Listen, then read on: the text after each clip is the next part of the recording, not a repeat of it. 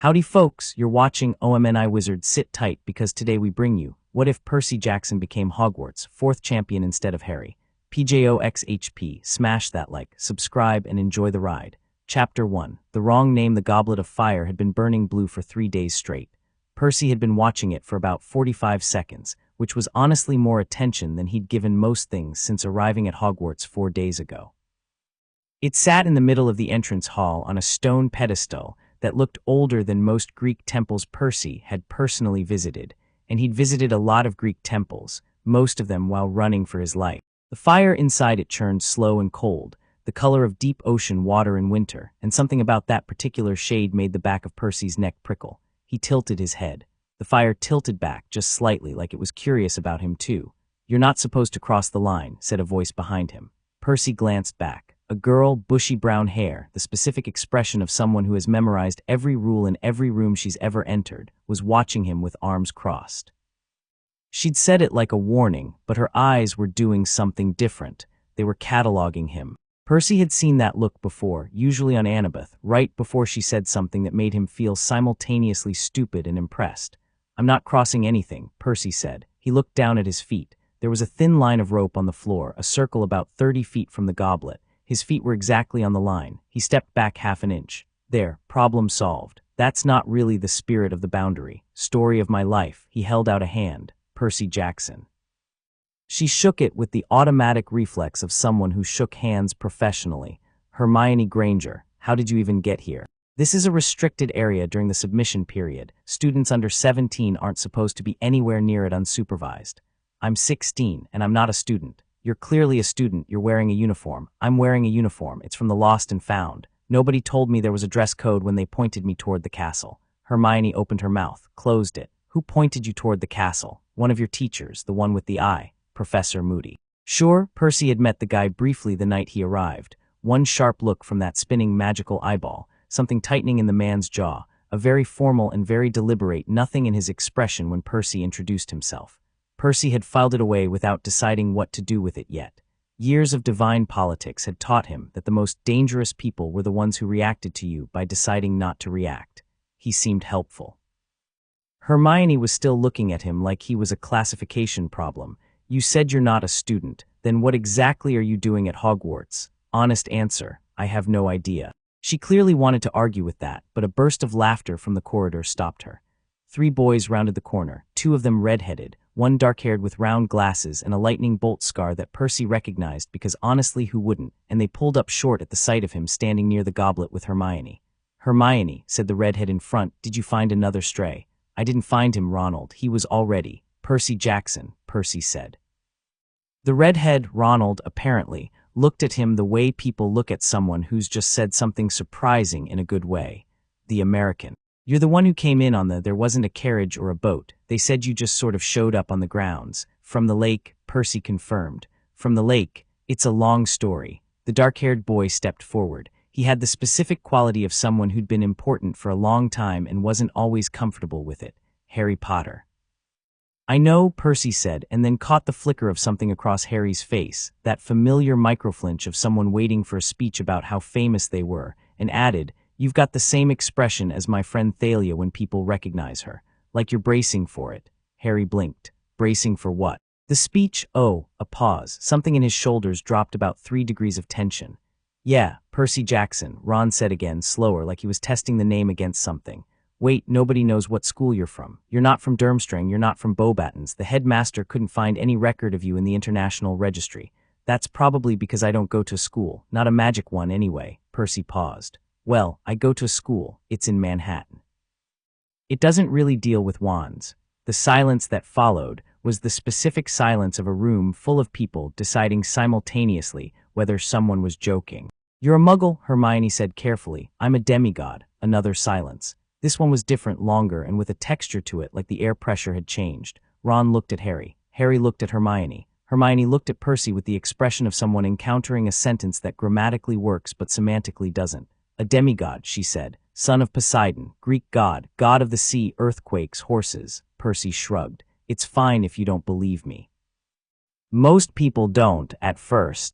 We live in a castle with moving staircases and talking paintings," Ron said, and ghosts at dinner, and a professor who turns into a cat. I'm not sure Demigod is the wild claim you think it is. Percy felt something loosen in his chest that he hadn't realized was tense. Okay, fair point. You still haven't explained why you're here, Hermione pressed. Hogwarts, England, the Triwizard Tournament. I told you I don't know, yes, you said. She pushed her hair back from her face with the energy of someone who found ignorance personally offensive. But something brought you here. Did you submit your name to the goblet? Number. Did someone else submit it for you? Percy turned back to the goblet. The blue fire swirled. That's the part I'm trying to figure out.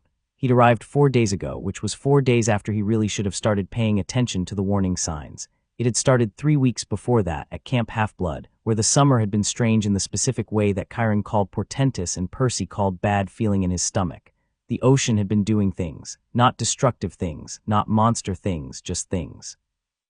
Unusual currents, water that moved when Percy wasn't trying to move it. His dreams had been blue, which wasn't new, except that in these dreams the blue wasn't the warm Caribbean blue of his father's domain, but something colder and older. Something that tasted like deep water and old stone. Then one morning he'd woken up in the Hogwarts lake, not appeared, not transported. He'd surfaced from underneath, like he'd been swimming up for a long time and just finished.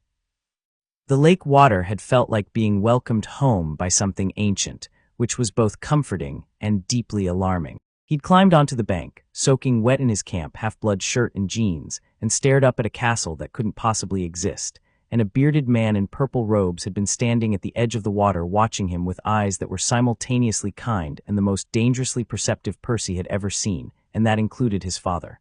Ah, the old man had said, very calmly. I had a feeling someone would come. His name was Dumbledore. Percy had heard of him dimly, the way you hear about important people in magical traditions that aren't yours, and Dumbledore had apparently never heard of Percy, which Percy found refreshing. They'd talked for 2 hours. Dumbledore asked good questions, the kind that weren't really about gathering information so much as understanding the shape of something. Percy had answered honestly, which he didn't do with everyone, but Dumbledore had the quality of someone it would be actively disrespectful to lie to. The goblet called you, Dumbledore had said finally, not a question. Something did, Percy said. I don't know what a goblet is. Dumbledore had looked at the lake, then at Percy, then at the sky, in the way of someone doing 3 separate calculations simultaneously. I think, Mr. Jackson, that it might be best if you stayed until we understand why. I'm not going to cause trouble, Percy said. No, Dumbledore agreed. I rather imagine trouble will come to you instead. That had proven to be an understatement on the level of the labyrinth is a bit of a maze. The goblet chose its champions on the 5th day of November, in the Great Hall, after a dinner that Percy ate 3 full plates of because magical food turned out to be extraordinary, and he had no intention of being polite about it. He was sitting at the Gryffindor table, because Ron had waved him over on the 2nd day, and nobody had told him he couldn't. Percy's internal seating politics were honed by 6 years of Camp Half-Blood mess hall hierarchy, which was more brutal than anything Hogwarts had managed, so he'd read the room, identified Ron Weasley as someone who said what he thought with zero social calculation, sat down, and felt immediately at home. Hermione periodically appeared to fact-check something Percy said about Greek mythology. Harry watched Percy the way Harry watched most things, carefully, with a quality of sustained attention that reminded Percy uncomfortably of himself. The goblet flared. A name shot out on a tongue of red paper. The silence in the hall was total. Dumbledore caught it, held it up, and read, "The champion for Durmstrang, Victor Krum." The Durmstrang table erupted. A huge, dark-haired boy who looked like he'd been carved out of competitive sulking stood up to thunderous applause. Percy noted the heavy quality of his movement, athlete, definitely, the kind whose center of gravity was so established that even celebration looked controlled, and filed it away. Second paper. The champion for Beauxbatons, Fleur de Lacquer. A girl at the Beauxbatons table rose, silvery blonde, and with a quality to her presence that made the entire room lean toward her without meaning to. Percy felt it too, a kind of luminous pull, and recognized it from encounters with certain minor divine beings. Part divine heritage, then. Interesting. Third paper. The champion for Hogwarts, Cedric Diggory. The hall went insane. The Hufflepuff table was a riot of yellow and noise. Cedric Diggory stood up, tall, good-looking in a way that seemed accidental rather than deliberate, wearing an expression of pure, uncomplicated happiness that Percy found immediately trustworthy. He caught Percy's eye across the hall, smiled the automatic smile of someone having the best night of his life, and Percy smiled back. The goblet's fire began to die down. The sound in the hall shifted toward the celebratory aftermath noise, chairs scraping, people turning to their neighbors. The goblet flared again, higher than before, not the deep blue of submission, something between red and blue like fire at its hottest point. One more tongue of flame, one more slip of paper. Dumbledore caught it, and for the first time since Percy had met him, Dumbledore's face showed something that wasn't composed. He looked at the paper for a long moment. Then he said, "Percy Jackson."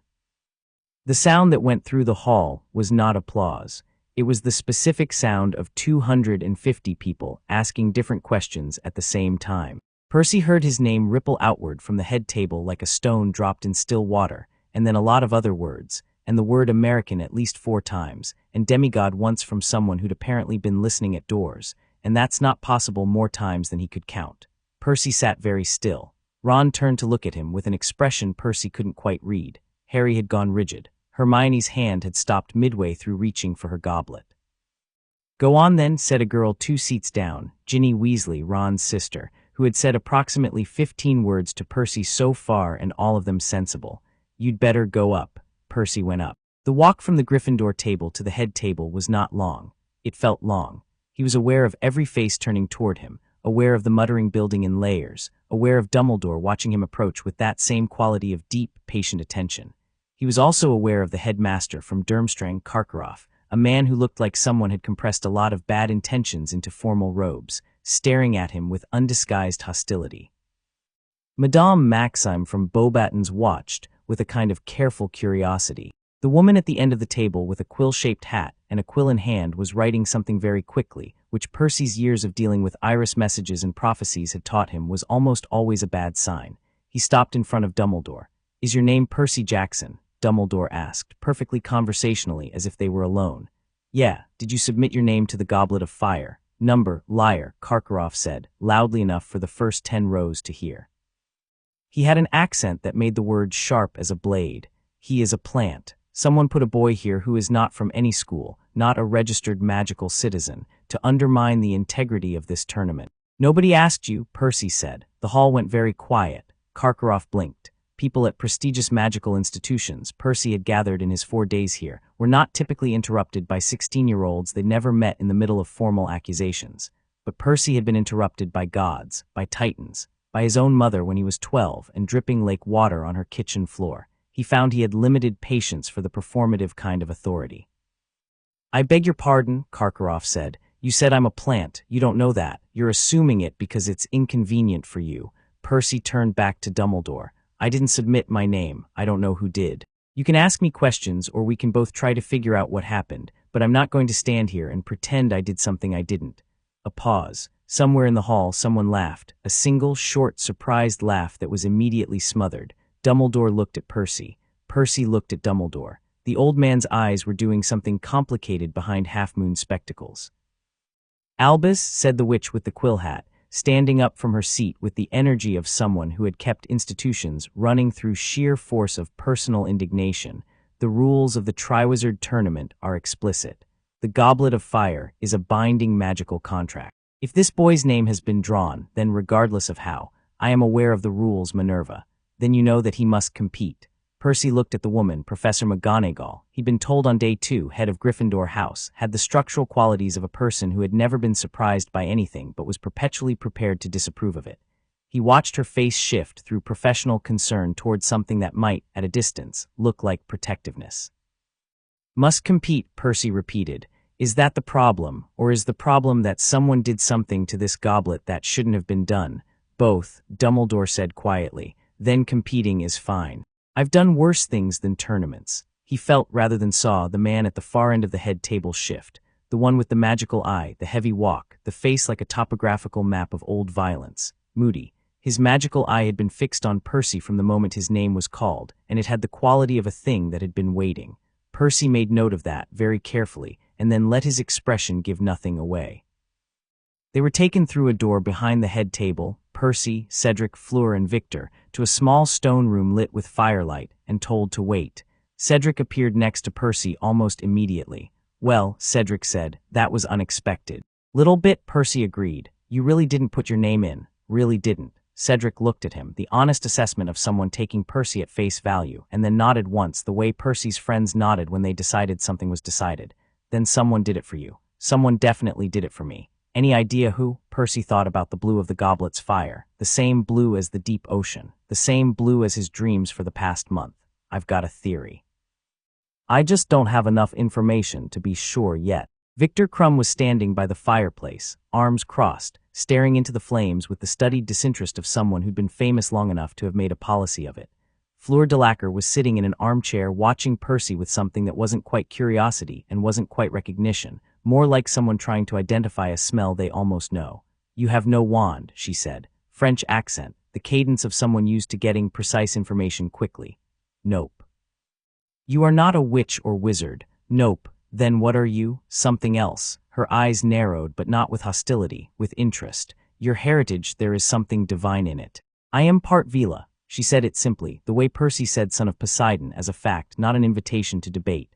I recognize old power when I feel it. Son of a Greek sea god, Percy said. Crumb turned from the fire, just slightly. The way a very controlled person turns when something has accidentally caught their interest. Cedric was smiling, the smile of someone who'd expected a complicated night and found it, and was choosing to enjoy it rather than be overwhelmed by it. The tournament's going to be interesting this year. When people say interesting, Percy said, they usually mean difficult. Usually. Cedric's smile didn't fade. Are you any good in a fight? I've had some practice. Before Cedric could follow that up, the door opened and Dumbledore swept in with a small army of adults behind him. McGonagall, Moody, Karkaroff, Madame Maxime, and two others Percy didn't know, one of whom was the man with the quill hat woman's general energy of bureaucratic anxiety made flesh. Bartemius Crouch SR. Someone whispered in the corridor before the door closed. Head of the Department of International Magical Cooperation, someone who had been involved in writing the rules of this tournament down to the letter. Crouch SR looked at Percy like Percy was a variable in an equation that hadn't been solved for yet. Mr. Jackson, Dumbledore said. These are extraordinary circumstances, and I want to be transparent with you. The Goblet of Fire has not produced a fourth champion in the history of this tournament. What it has done, by choosing your name, is create a binding magical contract that, I have to compete, Percy said. I got that part. You don't seem troubled by it, McGonagall said, with the tone of someone who expected people to be troubled. I'm not thrilled about it, Percy said. But I've been in binding divine contracts before. Getting out of them is harder than going through. At least here there are rules. A very brief silence. He's handled this better than I did, Cedric said helpfully. Several adults looked at him with expressions suggesting that was not the most helpful contribution. Karkaroff stepped forward. He was, Percy had concluded, the kind of man who found other people's calm personally insulting. This is fundamentally irregular. This person is not a student at any recognized school. He has no wand. He has no recorded magical history. He cannot compete fairly. Nobody said anything about fairly, Percy said pleasantly. And his presence undermines the legitimacy of the entire competition. Igor. Dumbledore's voice was very gentle and had the quality of a hand placed on someone's shoulder. Karkaroff stopped. The goblet has spoken. The contract is made. Mr. Jackson will compete. He looked at Percy. That said, I would very much like to continue our conversation about how you came to be in our lake. Perhaps tomorrow morning. Sure. And in the meantime, is there anything you need? Percy thought about it. He'd been sleeping in a spare room that McGonagall had unlocked without comment on his first day. He had Riptide, which was the only weapon he actually needed. He had some drachmas, which were apparently useless here but comforting to have. He thought about the blue fire of the goblet, the cold water of the lake, the sense of something very old moving beneath the current. Information, he said, about what the tasks actually are. Ah, Dumbledore smiled. That, unfortunately, is something that none of the champions receive in advance. It is part of what makes the tournament the tournament. Figures, Percy said. He glanced at Moody, who hadn't moved or spoken since entering the room. The magical eye had been on Percy the whole time. Percy met it directly, not as a challenge, just as acknowledgement. I know you're watching. He'd learned from Athena's children that it was sometimes better to let the smart opponent know that you were aware of them without revealing what you'd concluded. Moody's expression didn't change. Not a flicker. That was interesting. The night after the selection, the common room was loud. Percy wasn't in the common room. He was on the roof of the astronomy tower, which he'd found by accident on day 3, and returned to for the same reason he always found high places near water valuable.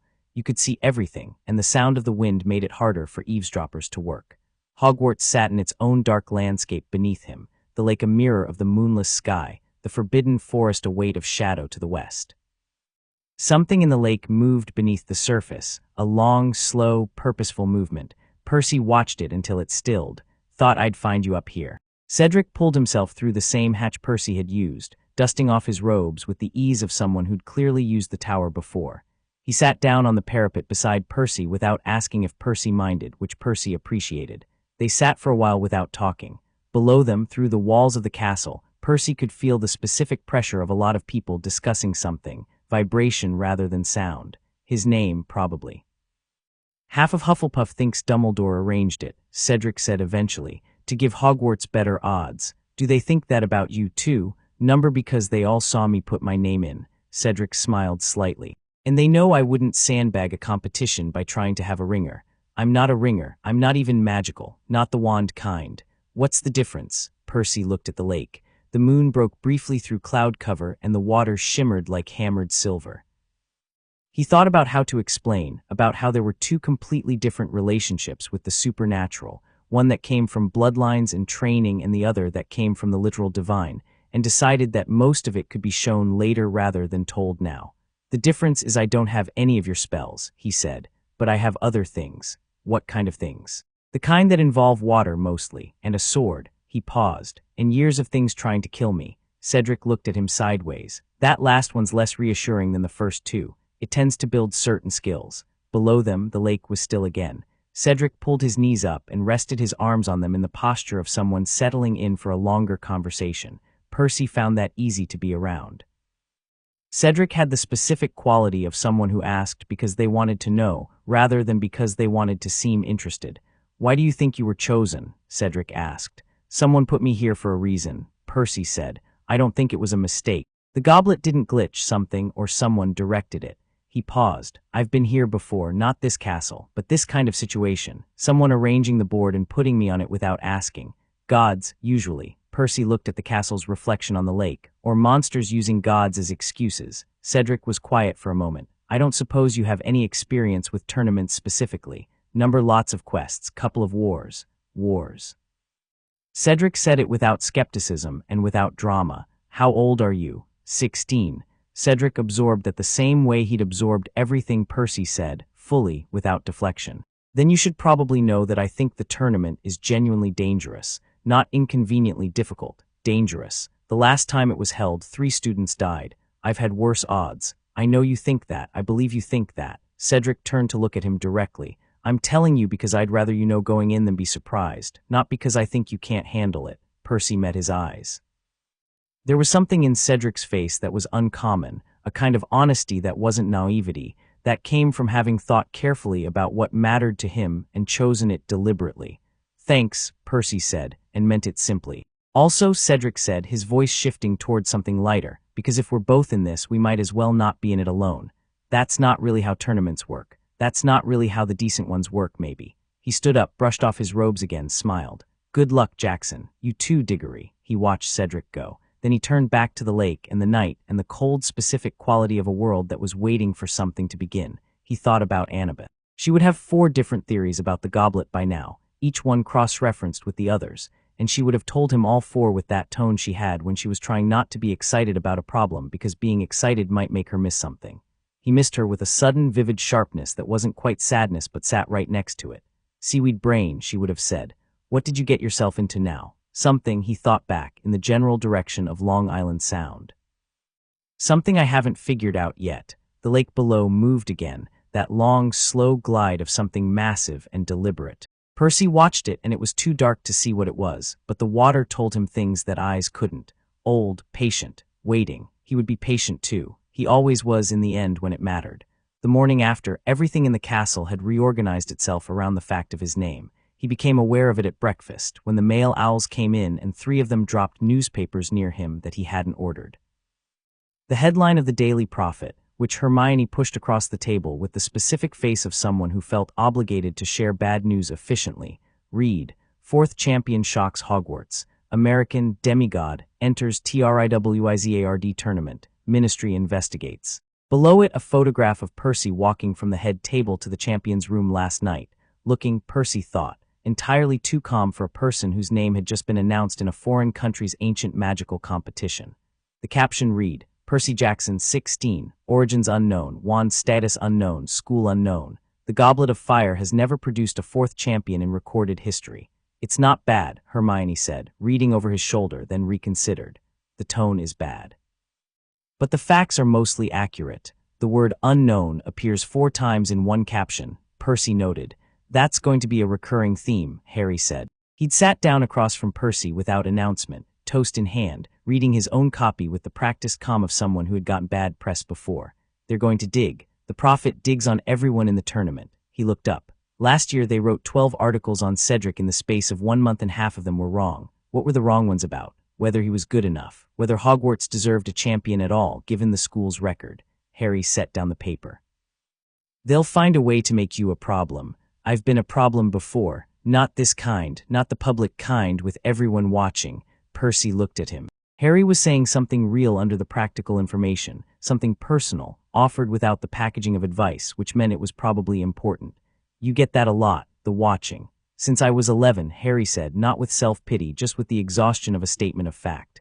Since I was 12, Percy said. Something passed between them, not quite understanding yet, not quite trust, but the first shared ground of it. Harry looked back at his toast. Percy looked back at the newspaper. Ron arrived, sat down with the energy of a natural disaster settling into furniture, grabbed half of Percy's toast without asking, and said, Right, so here's what I know about the tournament tasks. Hermione turned to him immediately. How do you know anything about the tasks? They're secret. Fred told George told Lee Jordan told a 7th-year Hufflepuff who overheard. Ron waved a hand through the genealogy of gossip. The point is, the first task tests courage. That's all anyone knows. And it involves something that's been locked in the Forbidden Forest since October, and the gamekeeper, he lowered his voice. Hagrid, you haven't met him, massive bloke, half-giant, absolutely brilliant. He's been making trips out there at night with raw meat. A short silence. Raw meat, Percy said. Raw meat, Ron confirmed. Big animal, then, big animal. Percy thought about the things he'd fought that required raw meat in large quantities, and found that he had more data in that column than was comfortable. He thought about the first task and the word courage, and decided that courage, at least, was not something he'd been short of since he was 12 years old, and discovered his father was the reason tsunamis happened. He picked up his orange juice, looked at it. Water responded to his attention like a compass needle responding to north, a twitch of awareness, a small trembling readiness, and set it back down. I'll be fine, he said. You say that, Hermione said carefully, but you haven't seen, Hermione. He met her eyes. I once held up the sky. I've been to Tartarus and back. I fought a Titan Lord with an army of monsters at his back in Manhattan when I was 16 years old, which is exactly how old I am now. He said it without drama, the way he told these stories when he told them at all, not for effect, but because sometimes people needed the facts more than they needed him to seem modest. Whatever's in the forest, I'll handle it. Hermione looked at him for a long moment. The cataloging expression had changed into something harder to name, not belief exactly, but a recalculation. What's Tartarus? Ron asked. The Greek version of your most dangerous hell, Harry said quietly. He'd been watching Percy during all of it. Isn't it? Percy looked at him. Pretty much, yeah. Harry nodded slowly, and went back to his toast with the expression of someone who had decided something quietly and wasn't ready to announce it yet. Outside the tall windows of the Great Hall, the sky was the heavy gray of a November morning in Scotland, and somewhere in the Forbidden Forest, something large was waiting, and in the deep, cold water of the Hogwarts lake something older was moving slow and patient as a tide. Percy Jackson ate his 3rd plate of magical eggs and thought, this is going to be interesting. He was already looking forward to it. Chapter 2, First Blood. The weighing of the wands happened on a Tuesday. Percy found out about it the same way he found out about most things at Hogwarts. Ron mentioned it while eating, Hermione corrected his version of it, and Harry filled in the parts they'd both missed. The champions were required to present their wands for inspection by a wandmaker named Ollivander, who would examine them for condition and legitimacy before the first task. It was a formality, McGonagall had apparently told Harry, a tradition going back centuries. What happens when the champion doesn't have a wand? Percy asked. Ron and Hermione looked at each other. That, Hermione said carefully, has probably never come up before. It came up on Tuesday. The other 3 champions arrived in the small classroom off the trophy room with their wands already out. Victor's was thick and a little brutal looking. Fleur's was long and elegant and made of something pale. Cedric's was a comfortable-looking piece of wood with the quality of something well-used. Ollivander was a small man with large, luminous eyes that made Percy think of the word ancient in a way that had nothing to do with age. He moved through the room, with his attention fixed on the wands like they were the only real things in it, speaking in a murmur as he examined each one. The woman with the quill hat was there again. Her name, he'd confirmed, was Rita Skeeter, and she was a journalist for the Daily Prophet, and she had the specific quality of someone who was always eating even when there was no food. Her quick quotes quill was already writing things Percy hadn't said. He'd identified her as a problem on day one. He was managing her the same way he managed most problems he couldn't eliminate immediately. Watch, wait, don't give her anything. She'd already tried twice. Mr. Jackson, what do you think your chances are? He'd smiled and said nothing. Mr. Jackson, can you tell me about your father? He'd said. He's in the ocean somewhere, and walked away. She'd written 6 paragraphs about that. Ollivander reached Percy and stopped. He looked at Percy's empty hands with his large, pale eyes, and then at Percy and then at his hands again. You have no wand, he said, with the tone of someone stating something wonderful and terrible. I have a sword, Percy offered. He reached into his pocket and pulled out the pen, uncapped it. Riptide extended into his hand, the familiar weight of it, celestial bronze warm against his palm, the blade catching the classroom's torchlight in that particular amber way it had. He held it out. Every person in the room had a different reaction. Cedric leaned forward, interested. Fleur's eyebrows rose slightly. Victor turned all the way from the window, which was more reaction than Percy had seen from him in a week. McGonagall's expression moved through several phases very quickly. Ollivander reached out, his fingers stopped just short of the blade, hovering over it, and his eyes went very still. Celestial bronze, he said quietly. You know it, I know of it. He withdrew his hand. It is not wand-crafting material. It responds to a different kind of will. He looked at Percy with those pale eyes. This sword has been made for you specifically. Claimed for me, Percy said, by my father. And your father is Poseidon. The room was quiet for a moment. Ollivander straightened, and something in his expression had shifted from professional assessment to something older and more careful. I have made wands for 70 years, he said, not to anyone specifically. I have never been asked to examine a weapon made by a god. A pause. I don't think I need to. He turned back to the other champions, and that was that. Rita Skeeter's quill was moving very fast. Percy capped Riptide back into his pen and pocketed it and found Fleur watching him.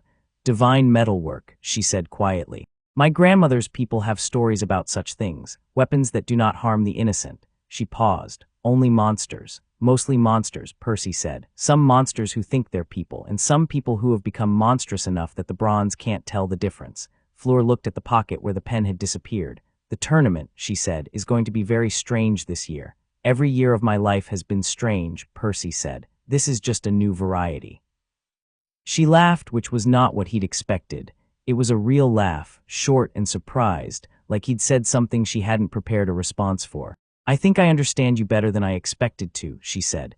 Vila heritage, Percy said. You're not fully human either. Non, she said it simply, without armor. It makes people treat you as a category rather than a person. Yeah, Percy looked at the door. I know what that's like. The first task was a Wednesday in late November. The night before, Percy sat on the edge of the Hogwarts lake with his feet in the water. It was cold. Scotland in November was not conducting itself the way Percy's body wanted it to, but the cold in the water was different from the cold in the air. The water recognized him. It always did everywhere, every body of water he'd ever put a hand or foot into, but this lake had something extra in its recognition. Something that said you've been expected. He asked it, in the way he asked water things, not words, just attention and openness, what was in it. The lake pushed back information like a slow tide. The merpeople, who Percy could feel as distantly warm presences in the deep, political, and watchful. The giant squid, who was enormous and old and fundamentally unbothered by everything, and something else, something that had been changed by magic, altered from what it should have been into something trapped and angry. A maze, he thought, a prison. He didn't push further, he filed it. He sat with his feet in the cold water and thought about the first task, which he was approaching on the basis of Ron's information plus some fairly elementary threat assessment logic. The raw meat, the forbidden forest, the word courage, he'd run those through his threat assessment process and come out with large dangerous creature, probably a guardian of something, likely fire-capable given the tradition of choosing dramatically dangerous things. Dragons were a reasonable guess. He'd been in proximity to one dragon in his life, the bronze Kalkian dragon at camp, which Thalia kept running from, and had never had a direct encounter, but the principle was similar enough to other giant lethal creatures he'd fought that he wasn't planning anything complicated. Simplicity was always better in fights. Annabeth had told him that when he was 12. He'd immediately done the opposite, gotten them both nearly killed, and learned she was right in the most empirical way possible. He didn't make that mistake anymore. A footstep on the bank behind him. He didn't turn. "You're up late, Moody." A pause. Sharp ears for a boy who's not a wizard. The heavy, dragging step came forward. The old Auror settled himself on a rock a few feet away with the labor of someone whose body had been significantly damaged over a long life. Most students are in bed the night before the task. Most students don't know what they're walking into, Percy said. I like knowing what I'm walking into. And do you know what you're walking into? Dragons, probably. He felt Moody go very still beside him. Something big and fire-capable. The raw meat was a giveaway. You don't bring that much protein for a land animal that doesn't burn through calories with exothermic output. And the word courage suggests something most people's instinct is to run from. A long silence. The lake moved, slow and cold. "You're an interesting boy, Jackson," Moody said. "You keep watching me," Percy said. "Since the night my name came out of the goblet, you haven't stopped. A good Auror watches everyone. A good Auror watches potential threats." Percy looked at the water. "I'm not a threat to Hogwarts, so either you think I'm a threat to something else, or you're watching me because someone asked you to." He paused. "Which is it?" Another silence, longer this time. The magical eye, Percy knew without looking, was fixed on him with that constant, searching attention. He could feel it the same way he could feel currents, not through his eyes, but through the part of him that was always reading the water and the air and the space between people for intention. "I watch everyone in this tournament," Moody said finally, "without exception." "Okay," Percy said. He wasn't going to push further. Not tonight. He'd laid the line down. "I know you're watching. I'm not afraid of you. I'm paying attention," and that was enough for now. The rest he'd learn in time. "Get some sleep," Moody said, and stood and left. Percy watched the lake for another hour. The creature in the depths moved once, that long, purposeful glide that had become familiar. The water told him it was moving toward the center, toward the deepest part, which meant it was going home or going to sleep. He thought, "Whatever you are, I'll figure you out." He always did. The morning of the first task, the entire school moved toward the Quidditch pitch with the energy of a crowd that has been waiting for something dangerous to start. Percy walked with Cedric, who was quiet in the way of a person who focuses before something important the way an athlete focuses before a race, inward, careful, not withdrawn exactly but consolidated. Percy respected that. He walked the same way. "I confirmed it last night," Cedric said, as the crowd around them thickened. "Dragons." Percy nodded. "Yeah, I figured." Cedric looked at him sideways. "You don't seem—" I know, I don't seem bothered." Percy half smiled. "I'm bothered, I just don't show it the same way." "How do you show it?" "I get very calm and start making plans." Cedric considered this. "I think that might actually be healthier than what I do." "What do you do?" "Make a plan, doubt the plan, make a better plan, doubt that one too. The second plan is usually better than the first," Percy said. "Probably stop there," Cedric laughed. It broke the quiet around him, and he seemed to feel better for it. They reached the champion's tent together and separated inside it. There were handlers, assistants, various official-looking people with clipboards, and Percy found himself in a corner of the tent alone for a moment, which was what he'd wanted. He reached into his pocket, uncapped the pen. The weight of Riptide in his hand was anchoring in the way that only something familiar can anchor you, not because it made him feel powerful, but because it meant this is real, you are here, you know what to do. He capped it again, pen, pocket. Fleur caught his eye from across the tent. She nodded once, sharp and clean. He nodded back. A bag was brought out with a small model of a dragon in it. Each champion reached in. Percy reached in last, and what he pulled out was a small Welsh green. He knew it was a Welsh green because Ron had spent 40 minutes explaining dragon breeds to him over 2 dinners, which Percy had listened to with more attention than Ron expected. "Number 4, the official said. Percy looked at the little dragon in his hand. It opened its mouth and breathed a tiny flame no bigger than a candle. "Hey, little guy," he said. It breathed fire at him again. "Yeah," he said, "that tracks." The arena was temporary scaffolding and concrete, and it was loud. Percy stood in the entrance tunnel and listened to the crowd above him, the roar of it, the way it bounced off the stone walls and came back compressed and frantic, and felt his pulse settle into the low, even rhythm that it always found before something serious. Annabeth had once described it as unsettling, the way he went quiet before a fight. He'd told her it wasn't quiet in his head, it was focused. She'd said that might be worse. He heard the previous champion. Cedric's task was first. then Fleur's, then Victor's, and he'd heard the crowd change pitch for all of them, that sharp rise and fall of witnessing something. He had no idea how they'd done. The tent was separated from the arena, sound only. When the signal came for him, he walked out. The Welsh green dragon was bigger in person. That was always the thing about large, dangerous creatures. You could be told the size, you could have the size described, and then you encountered the actual animal, and every number you'd been given revealed itself as abstract in a way you hadn't appreciated. The dragon was green-black and enormous, its scales the deep matte color of something designed not to reflect light, its neck long and armored. It had one task, clearly, to guard the nest behind it, a cluster of enormous eggs, one of them gold. The golden egg was what Percy needed. The dragon was between him and it. The crowd noise hit him full in the face as he walked out, a wall of sound. He didn't pay attention to the sound. He paid attention to the dragon. It saw him immediately, turned its head with the slow, deliberate movement of a creature that had decided he wasn't a threat worth rushing for yet. Large amber eyes, the specific quality of an animal that was afraid rather than aggressive, afraid for its eggs, not afraid of him. He'd seen it before in other animals. Fear made things more dangerous than aggression because fear was personal. He stopped. He stood still. He looked at the dragon. "I just need the egg," he said quietly, too quietly for the crowd, but sound wasn't really the point. It was the stillness. "I'm not here for you. I'm not going to hurt you." The dragon blinked, which was a small thing that nonetheless told him something. Animals blinked at things that confused them. It could smell him. He could tell from the way its head tilted, and he smelled like the ocean in ways that went deeper than anything you washed off.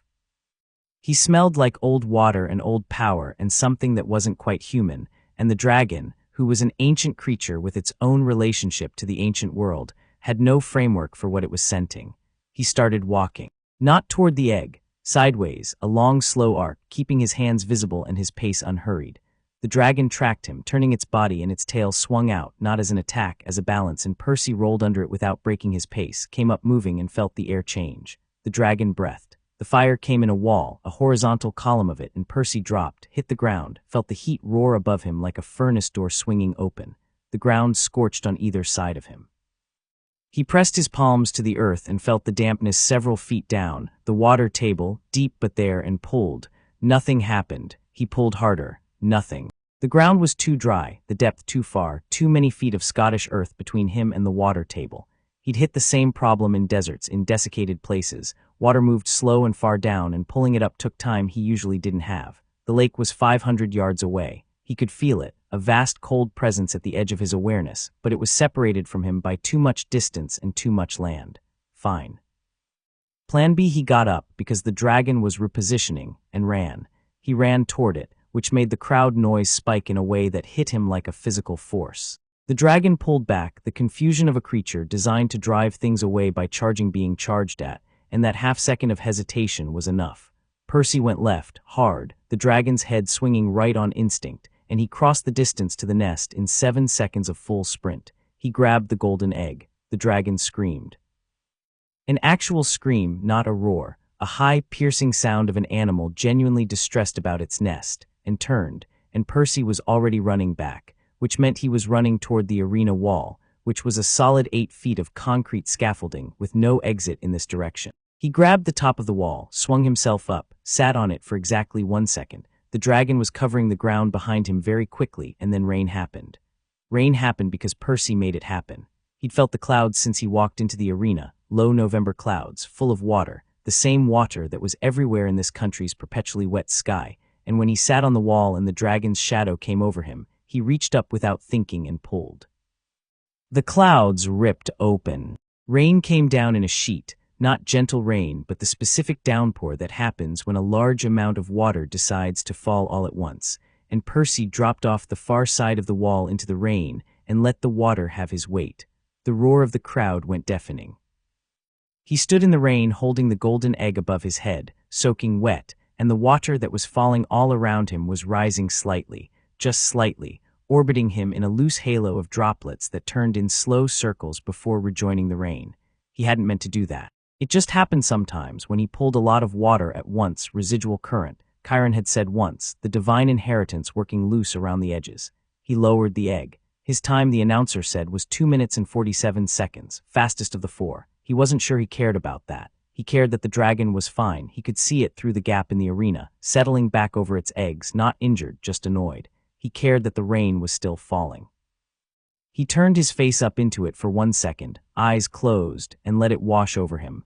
Good. In the champion's tent afterward, Cedric clapped him on the shoulder hard enough to feel it.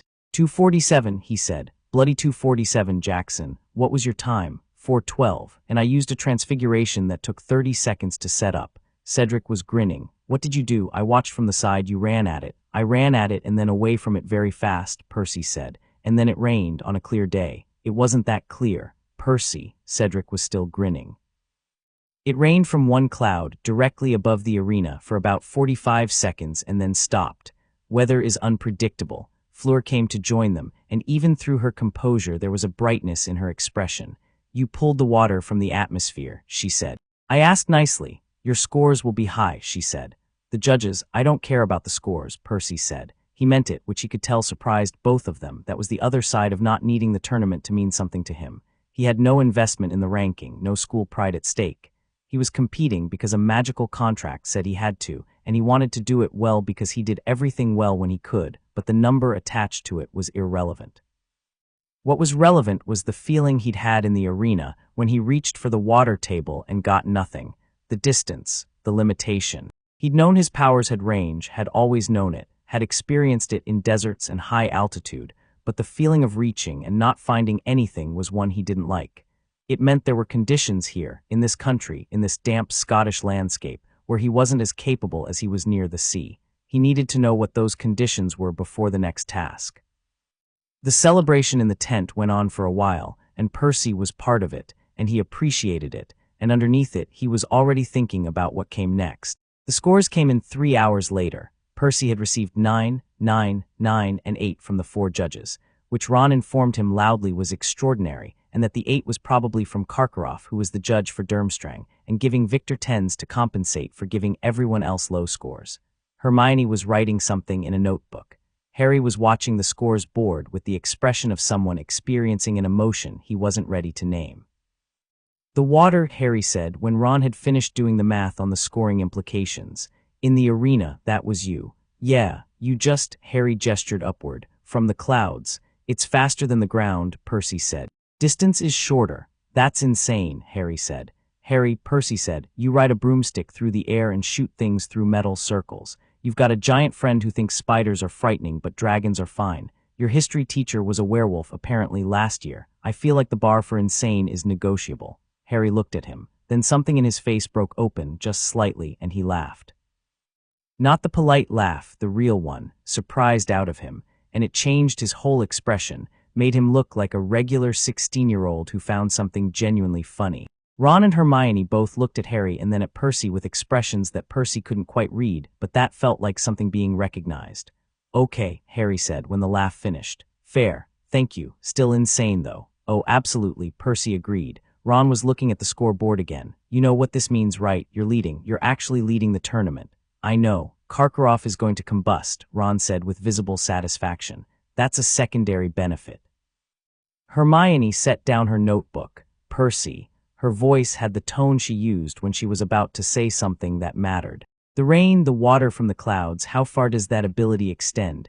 Is it only water, or water mostly? Anything connected to water. Ice if I work at it. Earthquakes sometimes, but that's less reliable and more destructive than I usually want. He paused. My father's the god of earthquakes too. Earthquakes, she said. I try not to use that one. I would imagine. She was looking at him with the full force of her attention, which was considerable.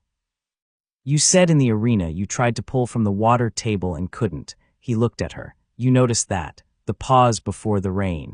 You reached for something and then changed approach. She was matter-of-fact about it, not triumphant. What's the range limitation? I'm still figuring that out for this country. He leaned back. Near the sea, I can feel it from miles away. Inland, it gets harder. Standing water, rivers, lakes, I can feel those from closer range. Moving water is easier than still water, and natural water is easier than contained. Hermione was writing in her notebook again, fast.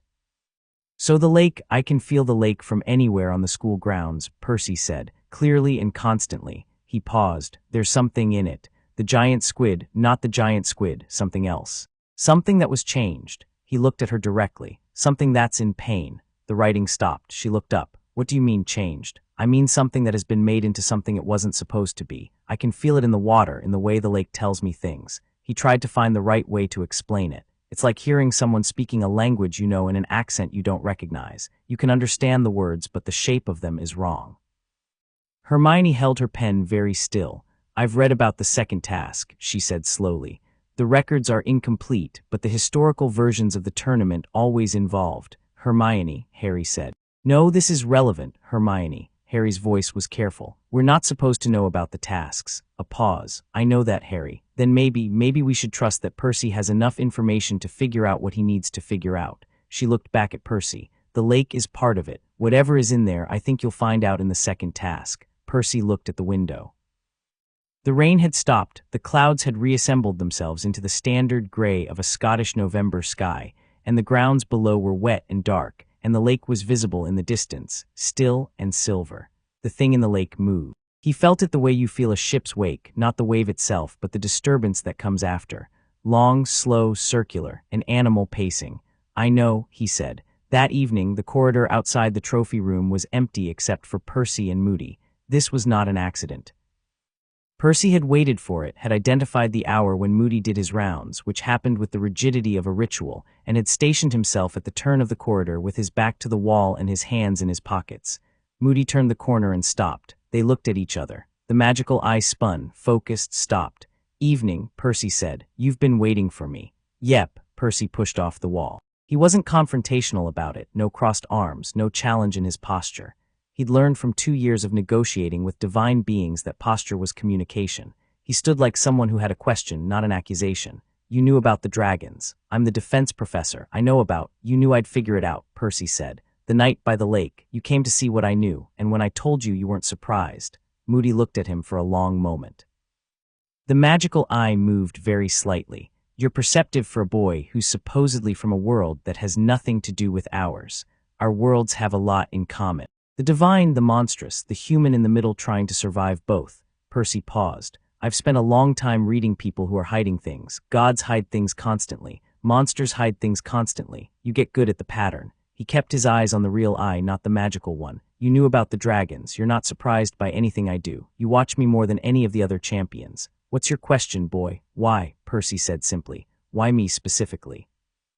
What are you looking for? The corridor was very quiet. Moody's breathing was audible, that heavy, deliberate breath of someone whose body worked harder than it should have to. The torchlight made shadows of everything. I'm looking, Moody said finally, to understand what you are. And what do you think I am? A variable, Moody said, one that wasn't accounted for. The way he said accounted for was the thing. It implied a plan. It implied someone else's accounting in which Percy had become an unplanned element. Not Moody's plan, someone else's. Percy filed it. Every piece of information was a droplet, and droplets became water, and water told stories if you let it. I'm a 16-year-old from New York, Percy said, who ended up in your lake and got his name called by a fire that makes binding contracts. Whatever I am, I'm still figuring it out. He walked past Moody, not around him, past, close enough that the old Auror could have grabbed him if he'd wanted to, which was a deliberate communication. I'm not afraid of you. I'm not hiding from you. But I know what you're doing, even if I don't know why yet. Moody didn't grab him. Percy turned the corner and felt the magical eye follow him all the way down the corridor and around the bend. He thought, you're watching me because someone needs to know what I can do. Someone needs to know my limits. They're preparing for something, and they didn't plan for me, and now they need to reassess. He thought about the goblet's blue fire, and the cold lake, and the thing moving in its depths. He thought, someone put me here, and it wasn't for the tournament. He walked back toward Gryffindor Tower, and the torches cast his shadow long behind him, and somewhere in the grounds the old magic of this ancient school registered his passage the way deep water registers a stone, not with attention, but with the simple, irrefutable fact of a ripple beginning. Chapter 3, The Deep and the Dark, the Golden Egg screamed. Percy had opened it approximately 4 seconds after getting back to his borrowed room following the first task, and the sound it produced was, there was no other word for it, agonizing. A high, shredding wail that went directly through the skull and communicated nothing except the sensation of something being destroyed slowly. He'd slammed it shut and stood there in the middle of the room with his ears ringing, and then he'd sat on the bed and looked at the egg and thought, underwater. It sounds different underwater. He knew this the way he knew most water-related things, not intellectually, but in his bones, the same way he knew whether rain was coming before clouds appeared. Sound moved differently in water. Certain frequencies that were noise above the surface became signal below it.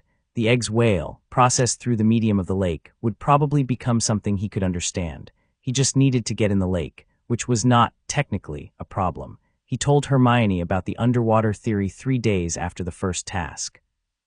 She spent 45 seconds being deeply annoyed that she hadn't thought of it first, and then immediately pivoted into helping him research what he'd find down there. She'd pulled 6 books about the Hogwarts lake, 2 books about the Triwizard Tournament that she technically wasn't supposed to have accessed given that they were in a restricted section for tournament integrity reasons, and 1 book about merpeople that she read in its entirety over a Tuesday evening dinner. "They're called merpeople here," she said on Wednesday morning, "but they're not like the merpeople in Muggle myth. They're their own civilization. They've been in the Hogwarts lake for centuries. They're called the merpeople of the Highland Locks, and they have their own language, their own governance. Merfolk have their own governance everywhere," Percy said. "I've met them. They're serious about their jurisdictions." Hermione paused mid-sentence. "You've met merpeople multiple times, negotiated with them once, which was, look, they're proud and they have very specific protocols. You have to let them finish their sentences, even when the sentences are long, especially then. They communicate in what sounds like a harsh, shrieking language above water," Hermione said, reading from her book, "but it becomes entirely comprehensible below the surface. It says here that human wizards who have undergone transformation can understand it, but the records are sparse. I understand it without transforming," Percy said.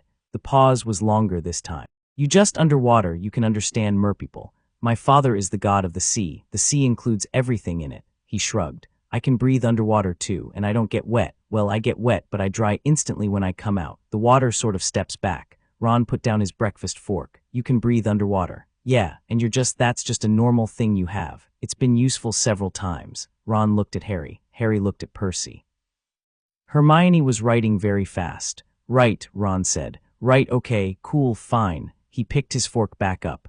"I'm just going to eat my eggs and accept that this is the world we live in."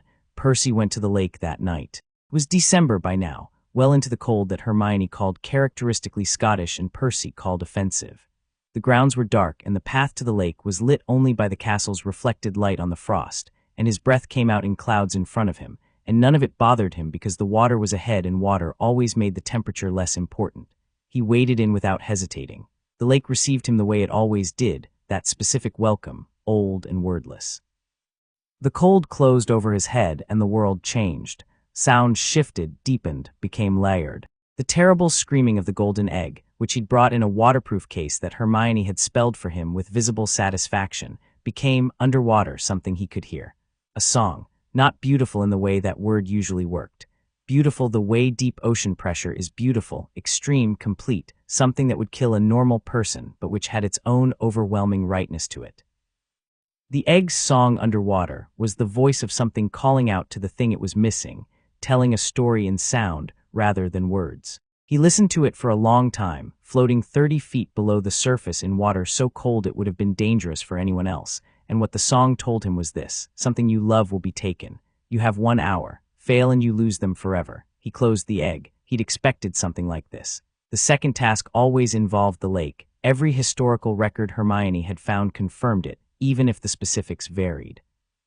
Someone he cared about would be held underwater, and he'd have an hour to retrieve them. He turned in the water and looked around. The lake at night was extraordinary. Bioluminescence he hadn't noticed from the surface lit the deep in faint blue-green, and the merpeople's structures were visible at the farthest depth. Stones arranged with the specific intentionality of civilization, not nature. The giant squid was a vast dark shape moving lazily near the eastern bank, its tentacles trailing. And there, at the edge of the middle deep, the thing he'd been sensing. The creature that had been changed. It was enormous. Long-necked, four-finned, body like a torpedo built by something that understood physics the way rivers understand physics. A plesiosaur, or what had been a plesiosaur once, before it was transformed into something stranger. The magic wrapped around it was old and constrictive, like a net that had been tightening for decades. Percy could see it the way he could see currents, not visually, but with the part of him that read water and everything in water. The creature sensed him. It turned its massive head, slow and deliberate, and looked at him with one eye the size of a shield. Percy held still. He kept his breathing even though breathing was automatic for him here. He looked at the creature steadily and communicated the only way you communicated with ancient water animals when you were a son of the sea god, with presence, calm, attention. The creature blinked, slowly. He reached out, not physically. The water between them was a medium, a conductor. He pushed his presence toward it, not dominance, not command, just acknowledgement. You are real. I see what was done to you. I'm not here to make it worse. The creature exhaled through its nostrils, a cloud of bubbles rising upward. Its eye tracked him. Then slowly it moved away, not fleeing, choosing. Percy surfaced, dried in the automatic way, and stood on the bank in the dark thinking about binding magic, about what kind of power trapped something like that in a lake for decades, and about whether the same power that put a plesiosaur in an enchanted lock was the same power that had put his name in a cup. The Yule Ball announcement came on the first Friday of December. Percy found out about it in the same public way all the fourth years found out. A notice board posting, formal language about the tradition of the Triwizard champions opening the ball with their partners, formal attire required. He read it, blinked, and turned to Ron.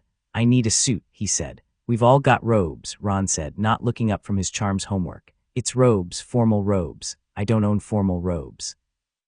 McGonagall'll sort it, Ron said, still not looking up. She's been sorting things for you since you arrived. This was accurate.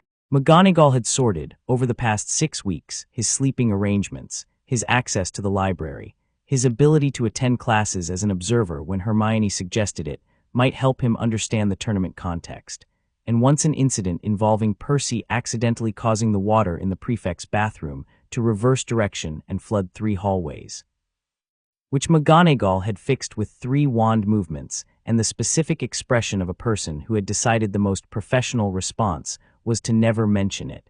He went to see her on Friday afternoon.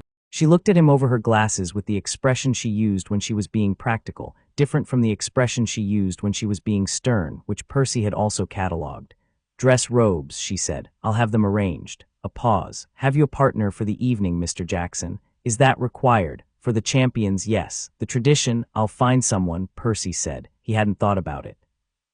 The concept of the Yule Ball had taken about 12 seconds to process as formal dance. Requires partner. One of many things I am not trained for, and he'd set it aside because the egg song and the thing in the lake and the problem of Moody had taken priority. Now walking back through the corridor, he thought about it properly. He thought about Annabeth, which was the first and most natural direction his mind went, and which produced the specific ache that distance and absence always produced when she came to mind.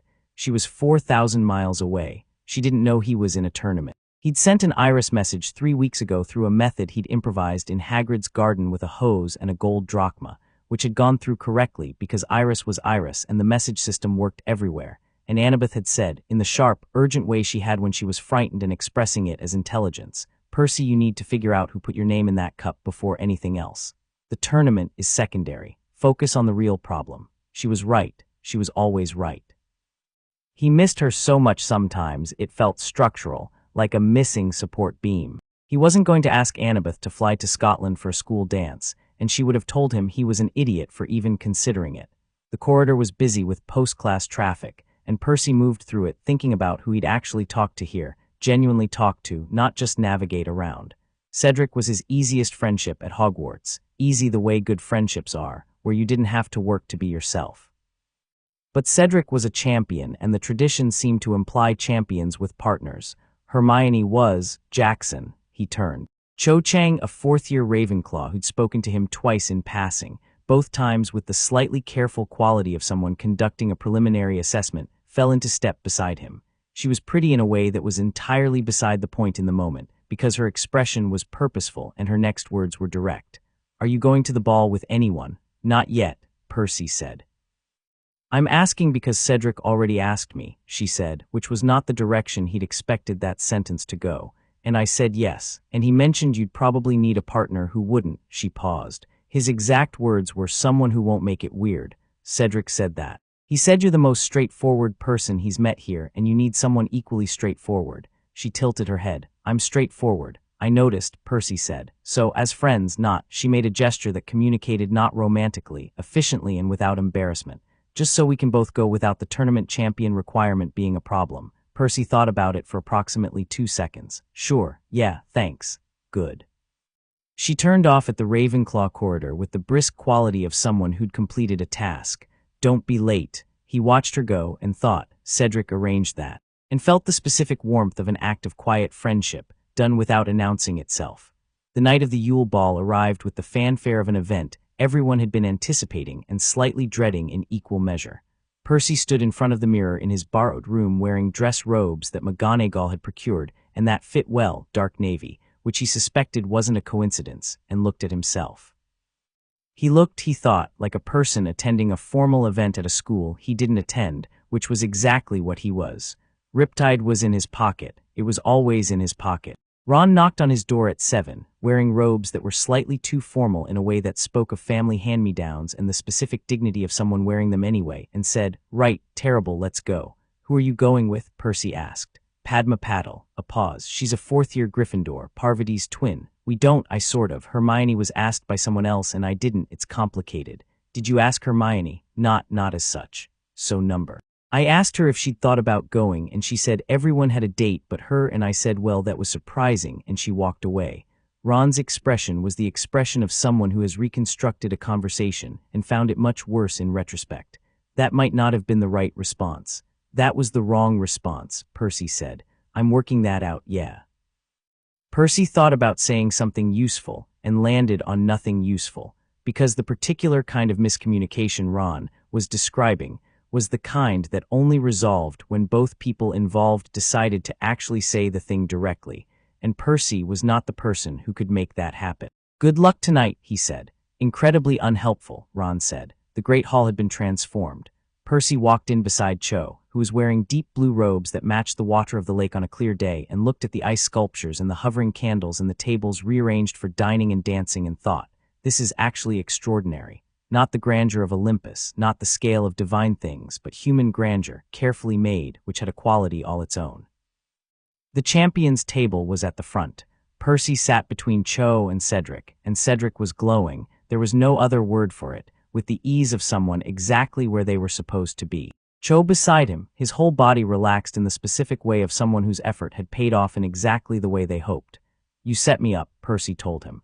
"I mentioned to Cho that you were a decent person," Cedric said calmly. "That's not setting you up." "She said you said." "I said you were straightforward. That's a compliment." He leaned back. "She's good people, and you needed someone tonight who wasn't going to make everything complicated, because everything else is complicated." "Because everything else is complicated," Cedric agreed. Across the table, Victor Crumb was sitting with Hermione, which Percy registered and immediately thought, that's going to be emotionally significant for someone who isn't Victor Crumb. He looked around for Ron and found him at a table near the back, watching Hermione with the expression of someone who has walked into a room and found it already rearranged into a shape they don't like. The dancing started after dinner.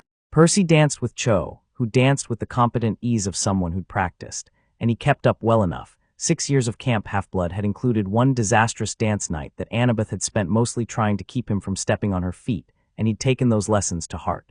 Cho was easy to be around because she was genuinely in her own head, thinking about something else, which suited him because he was genuinely in his own head too. "You're thinking about the tournament," she said. "Is it obvious? Your eyes go somewhere else when you're processing things." She turned under his arm without making it dramatic. "Cedric does the same thing. I've started to recognize it. He told you much about it, the tournament." "Some." Her voice changed, a small shift, something careful entering it. "He's not afraid of it exactly, but he thinks about it constantly, like he's running numbers." She paused. "Are you running numbers?" "Yeah." Percy guided them through a turn, found the floor less crowded near the side, and let the momentum ease. "It's what I do. I'm not afraid of the tasks. I'm afraid of not having enough information." "What information are you missing?" He considered how much to say. "Someone put my name in the goblet," he said. "It wasn't random and it wasn't an accident. Someone wanted a fourth champion specifically. And I can't figure out why me specifically is what they needed." Cho was quiet for a moment. "Maybe they didn't need you specifically," she said. "Maybe they needed a fourth champion specifically and you were the piece that fit the space." Percy looked at her. "That was a good thought, a genuinely useful thought. That would mean it's about the number 4, not about me at all. What does a fourth champion do that 3 champions don't?" He thought about the tournament mechanics, the tasks, the cup at the end. The winner touches the cup," he said slowly. "A portkey, that's what the historical records suggest. The cup is a portkey that takes you somewhere." He'd read that in the restricted section book Hermione had smuggled him a summary of. 4 champions means a higher probability that the cup gets touched, that someone wins. He stopped moving. Cho stopped too. Around them the music continued, couples circling past, the great hall doing its glittering work. What is it? The tournament doesn't need 4 champions to function, Percy said quietly. It's run perfectly well with 3 for centuries. Someone added a 4th to increase the odds that someone wins, which means someone needs the cup to be touched. And they needed to be sure Hogwarts champion would touch it, Cho said, following the logic with the sharpness of someone who was very good at following logic. Which means the cup is meant for someone specific. Percy looked across the hall. Cedric was dancing with some ease and happiness, and Harry was at a table by himself watching the floor with the distant expression of someone who was trying to be fine about something, and Percy turned. Moody was in the far corner of the hall. Not dancing, not eating, watching, his magical eyes sweeping across the room with the slow, mechanical consistency of surveillance equipment. It moved to Percy, stopped, held. Percy looked back at him and the music played, and around them Hogwarts' best night of the year went on in all its careful beauty, and Percy thought, someone is going to try to use that cup. And whoever it is, they've been inside this school all year, watching, waiting. Thank you, he said to Cho. I didn't do anything. You thought out loud at me. That's the most useful thing someone can do. She smiled, and it was the smile of someone who'd been told something real. Very Ravenclaw of you to think that. My best friend is a daughter of Athena, Percy said, some of it rubbed off. He found Cedric at 10:30, in the corridor outside the Great Hall, sitting on a stone bench with his bow tie undone and his elbows on his knees. Comfortable, winding down. Cho had drifted back inside with the ease of someone who trusted people to be where they needed to be. Percy sat beside him, passed him one of the 2 cups of something warm he'd taken from a passing tray inside. Thanks, Cedric said. He wrapped both hands around it. Good night, Percy agreed. You figured something out in there, Cedric said. About an hour ago, I saw your expression change. Is it that obvious? Not to most people. But I've been watching you for 6 weeks. He said it without self-consciousness. You're the most important variable in this tournament. Of course I've been watching you. I thought I was the most important variable to Moody. You're the most important variable to everyone. But I watch you because I'm genuinely curious, not because I'm calculating threats. He drank whatever was in the cup, mulled something. Percy thought, spiced and warm. What did you figure out? Percy told him. All of it. The cup is portkey, the logic of a 4th champion, the probability math that said someone needed a winner. He watched Cedric's face as he spoke, watched the thoughts move across it, watched the conclusion form. Cedric was quiet for a long time afterward. So the tournament is a vehicle, he said finally, for getting someone to a specific location. Yeah, and that someone is one of us, one of the champions, or the champion they can control, Percy said, which takes me and you and Fleur and Victor off the list mostly, because none of us are connected to whoever planned this. Cedric looked at him. Which leaves Harry. Harry, Percy agreed. The words sat between them in the corridor, which was quiet except for the music leaking through the great hall doors. He's 14, Cedric said. I know. He says he didn't put his name in. I believe him, for the same reason I believe me. Percy looked at the stone wall. Someone put both of us in the tournament. Someone who needed him to get to that cup, and someone who needed I don't know what. Either someone else who wanted to use me, or someone who wanted to protect him. Protect him how? If I'm in the tournament, there's a possibility I reach the cup first. Or that my presence changes whatever plan is in motion. Whoever put my name in might have been trying to disrupt the original plan. He paused. Or it might have been something else entirely. I don't have enough information. Cedric turned the cup in his hands. My father, he said quietly, has been acting strangely this year. Percy looked at him. He hadn't expected that, and Cedric knew he hadn't expected it. There was a quality to the way he'd said it, a careful offering up. Barty Crouch, Percy said. Senior. He was supposed to judge the tournament. He's missed events he should have attended. My mother says he's unwell, but Cedric stopped. He looks wrong. Every time I've seen him, he looks like a person who is very carefully being someone. He shook his head. I don't know what I mean by that. Percy knew exactly what he meant by that. He looks like a person who is very carefully being someone. He'd met that quality before in divine beings wearing human faces. The seams were always slightly wrong if you looked for them. Your father's head of the Department of International Magical Cooperation, Percy said. He's involved in the tournament's legal structure, which means he has access to information about how the tournament runs, where the cup goes, what the portkey. Don't, Cedric said. His voice was level, but the cup had gone very still in his hands. Don't finish that sentence right now, Percy stopped. He looked at the Cedric who had been nothing but warm and honest and decent since the night of the selection, who had arranged a ball partner for Percy without being asked, who sat on towers in the dark and talked about what it meant to be chosen, and he said nothing, because Cedric had asked him not to, and because some conclusions deserved to be reached privately in the person's own time. "I'm going to find out," Percy said instead. "Whatever this is, I'm going to pull it up." "I know," Cedric said, "and in the meantime..." "In the meantime," Cedric said, standing up and refastening his bow tie with the decisive movement of someone choosing to be functional, "there's still an hour of the ball left, and Cho is probably wondering where I am, and you look like you haven't eaten since dinner. I had 3 plates at dinner, and you still look like you haven't eaten since dinner. You're a bottomless pit, Jackson." He offered a hand. Percy took it and stood. Cedric squeezed once and let go. "Tomorrow," he said. "We're going to think about this more tomorrow." "Tomorrow," Percy agreed. They went back inside, but Percy didn't sleep. At 2 in the morning he was back at the lake, shoes off, feet in the water, the castle bright and alive behind him with the aftermath of the ball, lights still on in the upper floors, music faint, the warm human noise of an institution settling down. Ahead of him the lake was black and still and enormously present. He sank his feet to the ankle. The cold hit his skin and the water recognized him, and below the surface the creature stirred. "Hey," Percy said quietly, "I'm not going anywhere."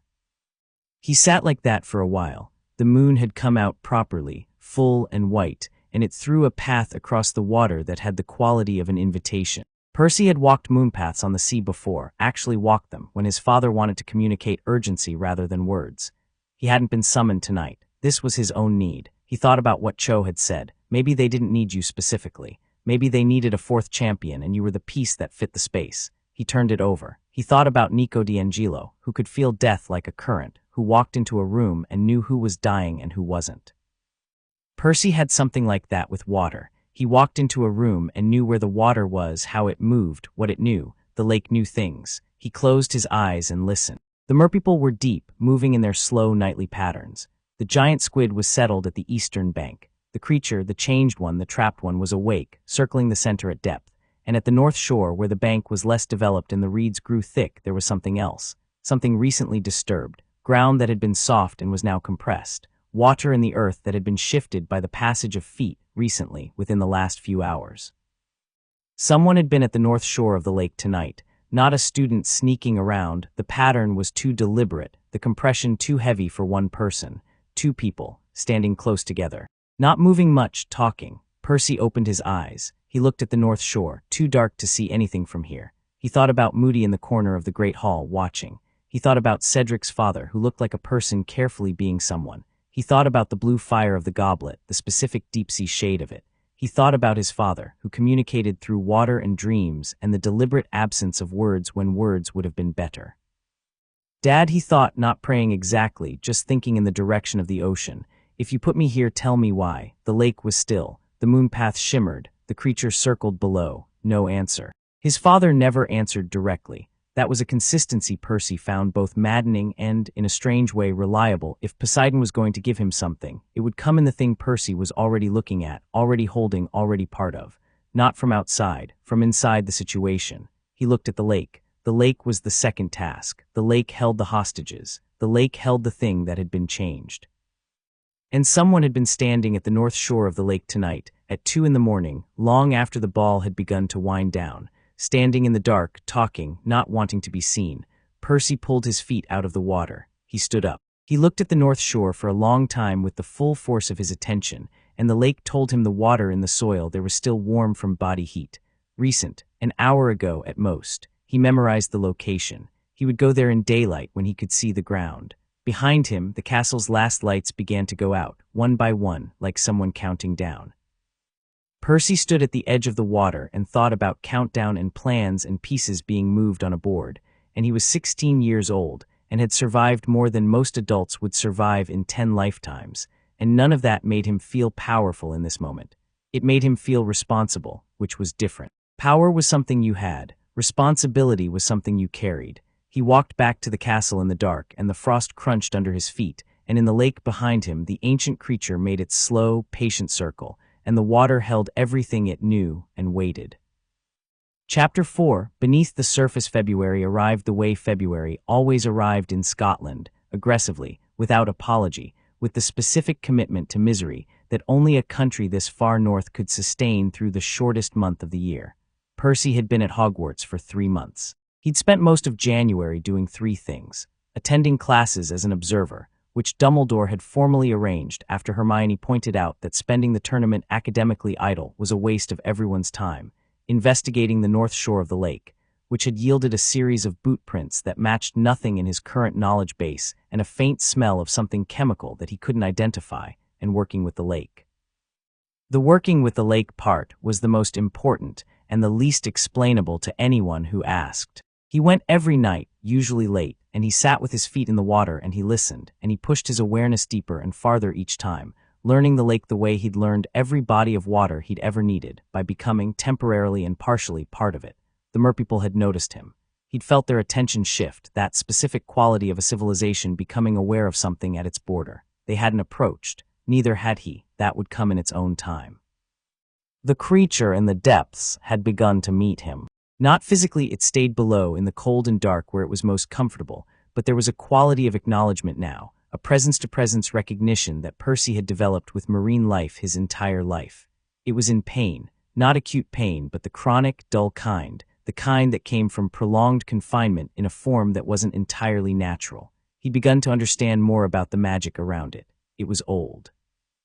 Different from wand magic, older, more settled, the way geology is settled. Something or someone had worked a fundamental change on this creature a very long time ago, and the change had held because it had been performed with the kind of intent that left marks in the fabric of things. He hadn't told anyone about this yet. He was still looking for the word why. On the 1st of February, Hermione put a book on the table in front of him at breakfast and said, "Gillyweed." Percy looked up from his porridge. "Morning to you too. Sorry, good morning." She sat down, pushed the book closer. It was open to a page dense with botanical illustration, a plant that looked like a handful of gray-green worms tangled together, slimy and unpleasant. Gillyweed.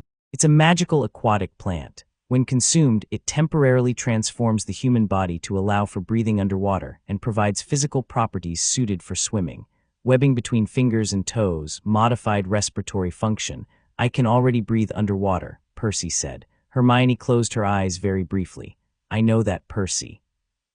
I'm telling you because the other champions will likely be researching this or similar options, and the second task requires underwater capability that most wizards don't have. You, obviously, have a significant natural advantage." She opened her eyes. "I'm telling you because Neville mentioned that Professor Sprout has gillyweed in the greenhouses, and I want to know if you think it's relevant to the task preparation."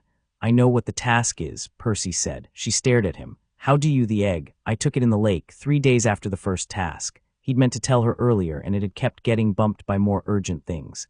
"It's a song. Underwater it becomes a song. It says something of mine will be taken, and I have an hour to retrieve it." Hermione sat very still. Then she said, "What will they take?" "Someone I care about," Percy said. "Who do you care about here? You've been at Hogwarts for 3 months. "I don't know yet." He paused. "Could be you. Could be Ron or Harry or Cedric. Could be Cho. I don't know how they'll choose." He looked at the gillyweed. "Can the plant hurt someone who already has water-related abilities?" Hermione blinked at the subject change, processed the emotional dimension of what he just said, "Could be you," and straightened. "Theoretically, number, but the interaction between an acquired magical ability and a natural divine one is, there's no literature on it. There's essentially no literature on demigods interfacing with European wand-based magic at all, so it could be unpredictable, significantly." "I'll skip it then," Percy said. "I don't need help breathing. I need to know what's down there. I can tell you what the historical records suggest, Hermione." He put his hand briefly on the book to stop her from turning the page. "Let me figure this out from the water. The lake knows more than the records do." He looked at her directly. "Trust me on this one. I know water." A pause. Something shifted in her face, not capitulation, because Hermione didn't capitulate, but a genuine recalibration, the kind that happened when someone with high standards for evidence encountered evidence they hadn't expected to trust and found they did anyway. "Okay," she said. "Thank you. If you drown, though, I won't drown." "If something goes wrong, Hermione," he smiled at her. "I have never in my entire life drowned. That's statistically improbable given your lifestyle. I know, it's one of the perks." 3 days before the second task, Percy went to find the merpeople. He went in the afternoon, which was unusual. He'd been making his lake visits at night, but there was something about daytime water that communicated differently, with more clarity, the way a room is different when the lights are on. He went to the deepest part of the bank, where the water was closest to the center channel, stripped off his shoes, and walked in until the water was at his chest. Then he dove. The lake closed over him like a hand, and the cold was complete and irrelevant, and he went deep and fast the way he could only go underwater, without resistance, without effort, like the water was moving him rather than the other way around. 50 feet down, 70, 100. The light from above became diffuse and blue. The structures of the merpeople's settlement emerged from the darkness like a city seen through fog. He stopped. He held himself in the water, perfectly still. The merpeople saw him immediately. 3 of them, gray-skinned, dark-eyed, with the specific quality of people who have been watching your approach for much longer than you've been aware of them, emerged from the largest structure and faced him. They communicated among themselves in the shrieking, clicking language that sounded like a recording played backwards above water, but that Percy heard as clearly as English below. The surface speaker, one of them said, the one with the sea blood. Yes, Percy communicated back, not in the shrieking language, but in the older one, the one that was less language and more direct transmission of meaning, the one that worked between him and his father's domain. I'm the son of Poseidon. The merpeople exchanged a look that was profoundly legible even across the species barrier, something between wariness and a very old protocol kicking in.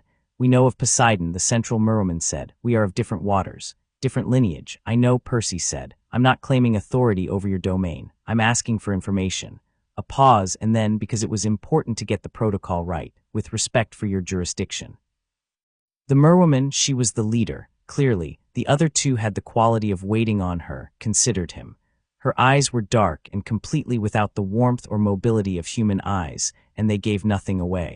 Then she said, what do you want to know, sea blood? The second task, Percy said. Hostages will be taken and kept here. I want to know where, and I want to know the terms. The terms are not ours to set. I know. The terms are the tournament's, but you'll be keeping the hostages, which means you'll have chosen a location. I want to know if there's danger in that location that isn't part of the official task. Another exchange of looks. Something passing between the 3 merpeople that Percy couldn't read completely, too local, too specific to their culture. Then, there is a creature in the deep water.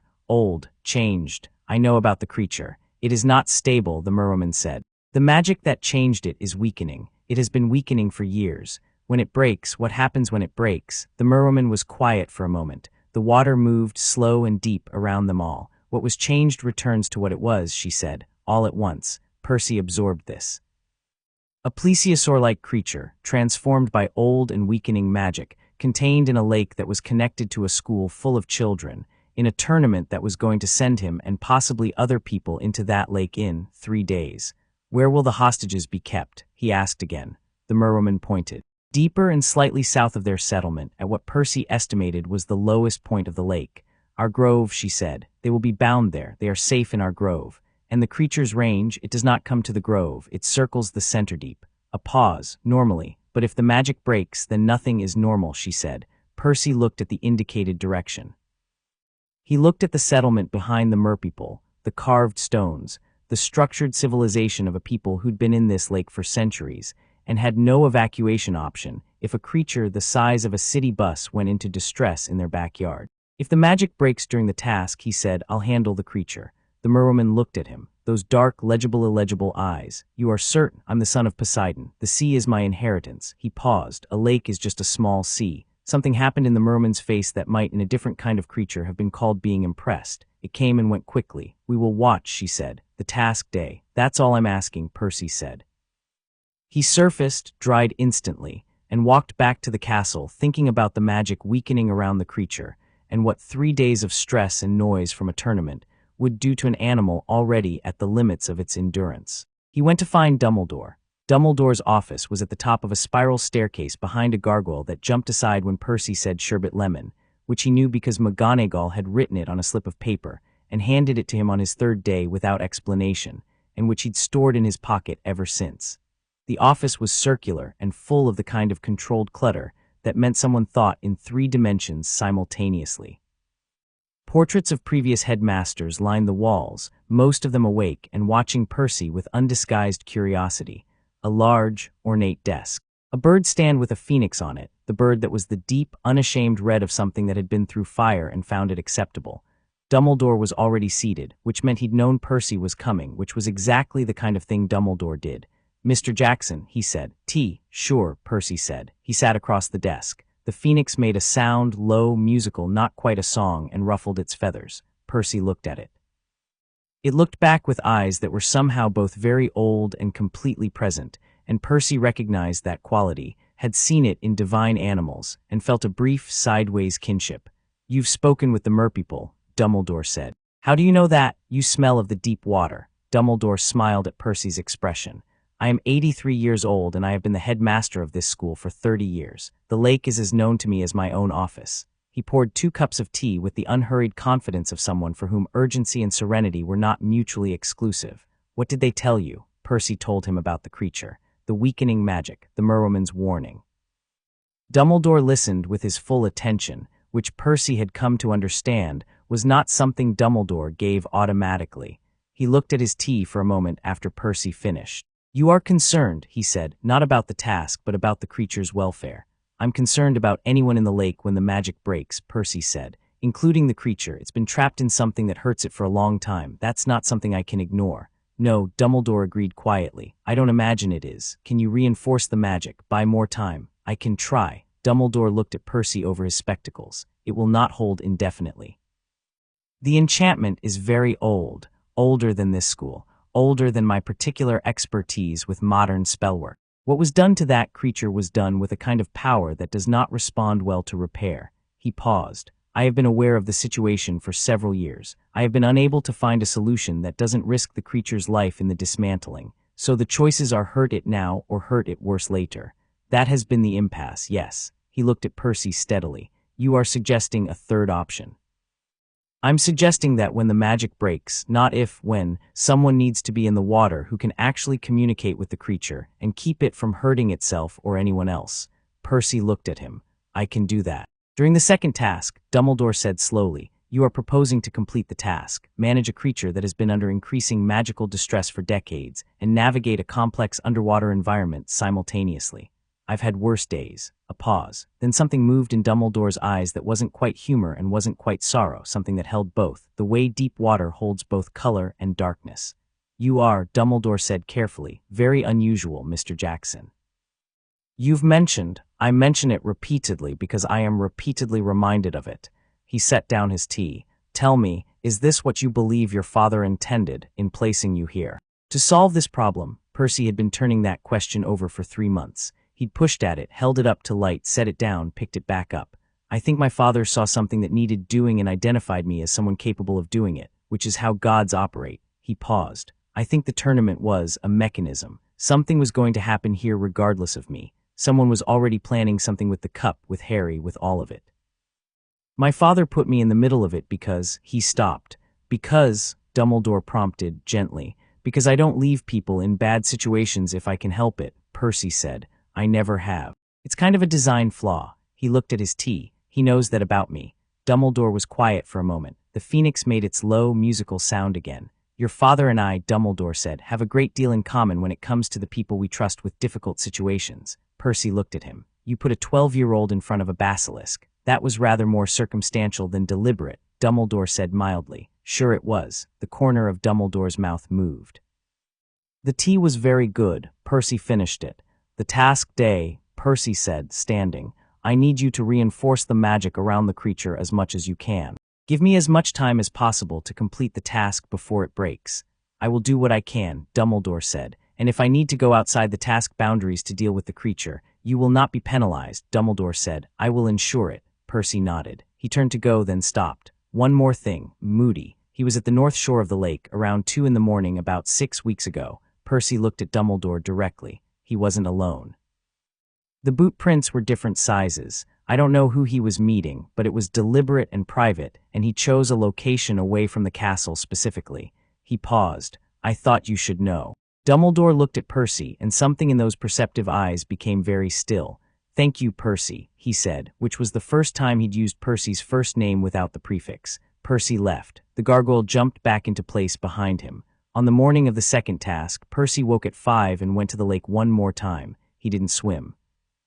He just sat at the edge, feet in the water, and felt the whole system of it, the merpeople settling into their morning patterns, the creature in its restless circling, the giant squid somewhere near the eastern bank doing whatever the giant squid did at dawn. He felt the magic around the creature and could tell that Dumbledore had done something to it in the night. It was reinforced, like a bandage on something that needed surgery, but it was tighter than it had been.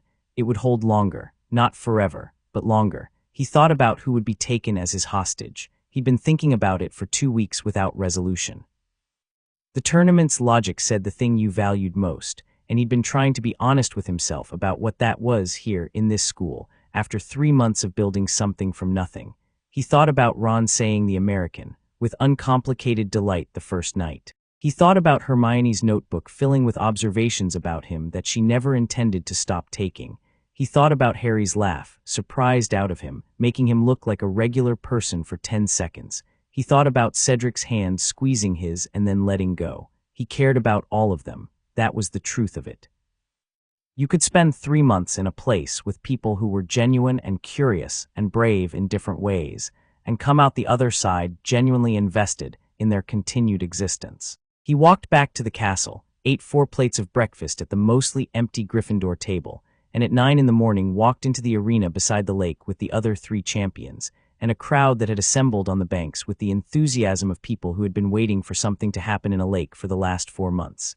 Harry was in the crowd somewhere. He caught Percy's eye and nodded once, and Percy nodded back. Harry looked tired, which was a different kind of tired than usual, not sleep deprivation, but something more specific, the look of someone who'd had a bad night for reasons they couldn't explain. Fleur was at the starting line with the composed, focused quality she always brought to competition. Victor was beside her, stoic. Cedric caught Percy's eye and grinned, brief and clean, the grin of someone ready. The cannon sounded. Percy dove. Underwater, everything changed. The noise above the surface, crowd, cannon, general tournament chaos became immediately irrelevant, replaced by the lake's own conversation. He went deep fast, angling toward the merpeople's settlement, reading the currents with the automatic fluency of someone for whom this was native rather than learned. At 40 feet, the light changed.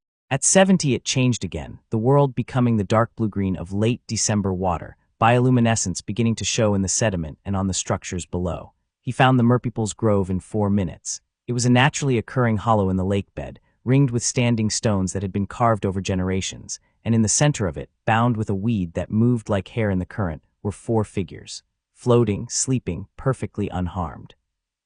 Ron, eyes closed, red hair spreading in the water like a flag.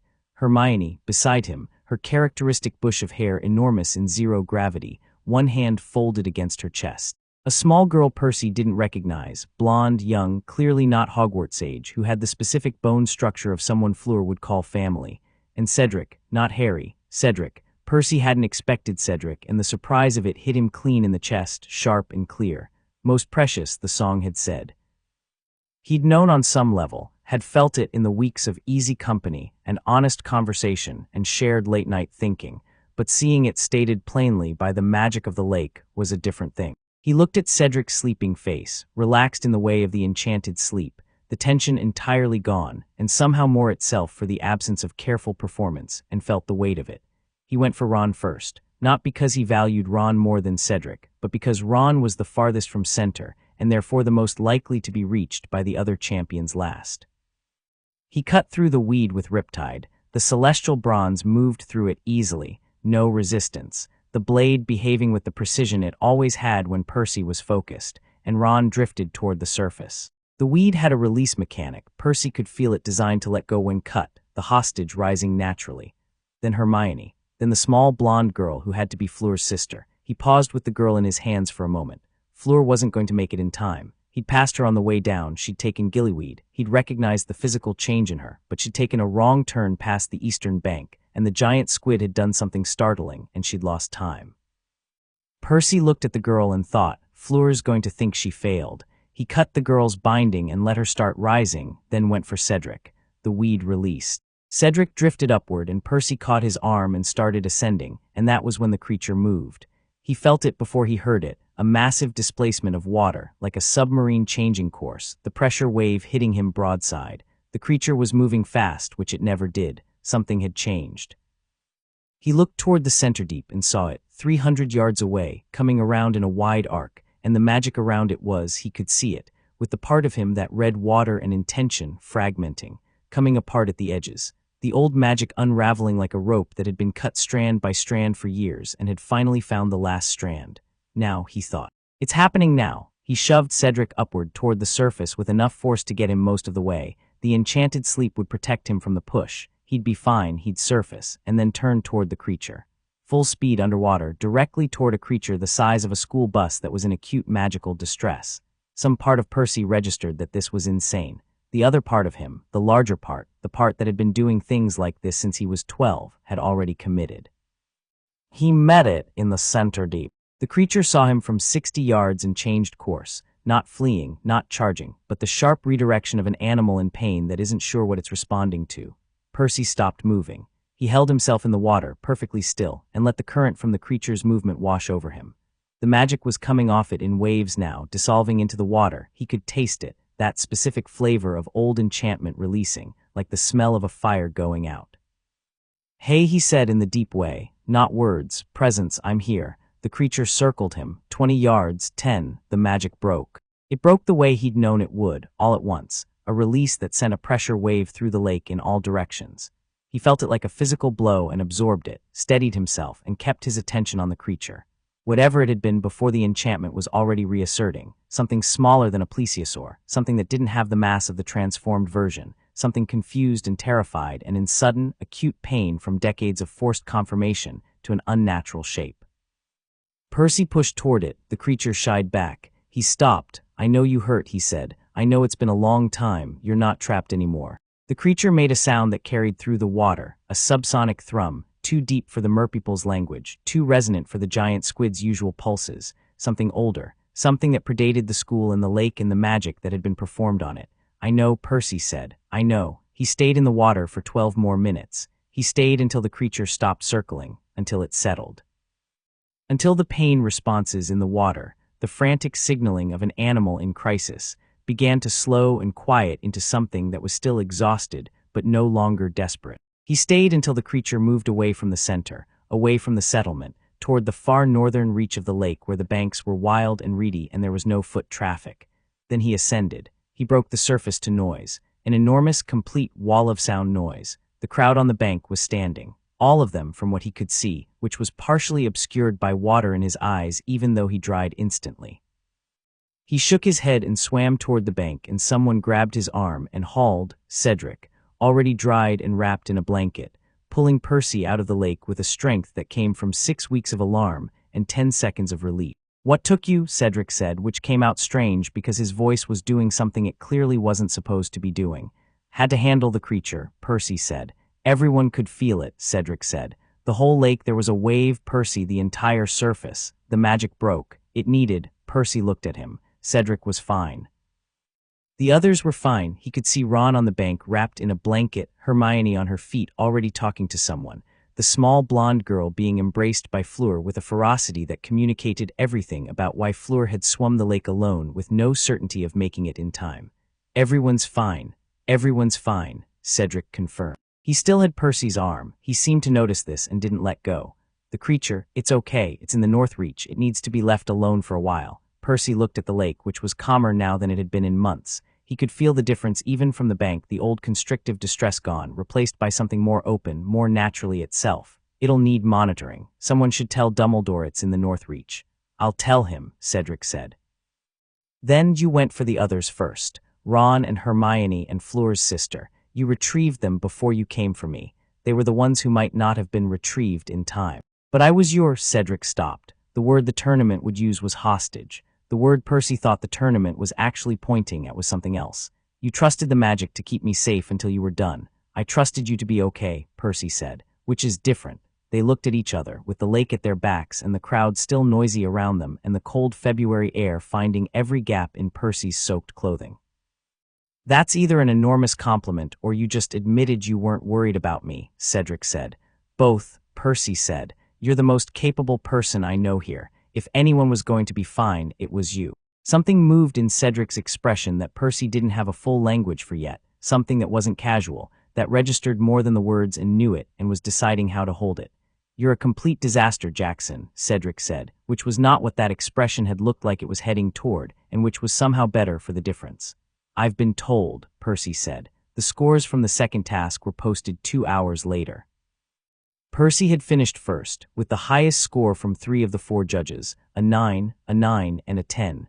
Karkaroff had given him a 6, which Ron declared an international incident, and which Percy genuinely did not care about. What he cared about was the meeting he found waiting for him in Dumbledore's office at 3 that afternoon.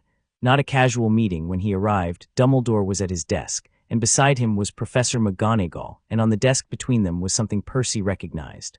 A map, the north shore of the lake, the boot prints he described 2 months ago, marked in a careful hand, and next to the map a small glass vial. Inside it, a liquid that moved with the sluggish thickness of something that had been alive recently and wasn't anymore. Silvery, like liquid moonlight. "A memory," Dumbledore said, following Percy's gaze. "Found in a location I searched after our last conversation." "What's in it?" Dumbledore looked at Percy, then at McGonagall, then back at Percy with the expression of someone who has made a decision and is no longer in the phase of making it. "I think," Dumbledore said quietly, "that it is time I told you what I believe is happening with this tournament. All of it." He paused. "I should have told you sooner. I was gathering certainty, which I now have enough of, and which I find I am not glad to have gathered." Percy sat down. McGonagall poured tea, which she did with the energy of someone performing an act of stability in an unstable moment. "There is a man," Dumbledore said, "who has been dead for 13 years, and who is not dead." The phoenix on its stand began to sing, very quietly, not the low musical note from before, something fuller, something that knew it was marking a moment. Percy listened. And the lake outside was still and new behind the castle windows, and the creature moved freely in the Northreach for the first time in decades, and Dumbledore spoke into the quiet with the careful, unhurried voice of someone delivering information that would change the shape of things, and Percy absorbed it the way he absorbed all crucial information, completely, without flinching, already turning the pieces over in his hands to see how they fit. When Dumbledore finished, Percy was quiet for a moment. "The cup," Percy said, "it's a portkey. Someone's going to use it to bring Harry to Voldemort."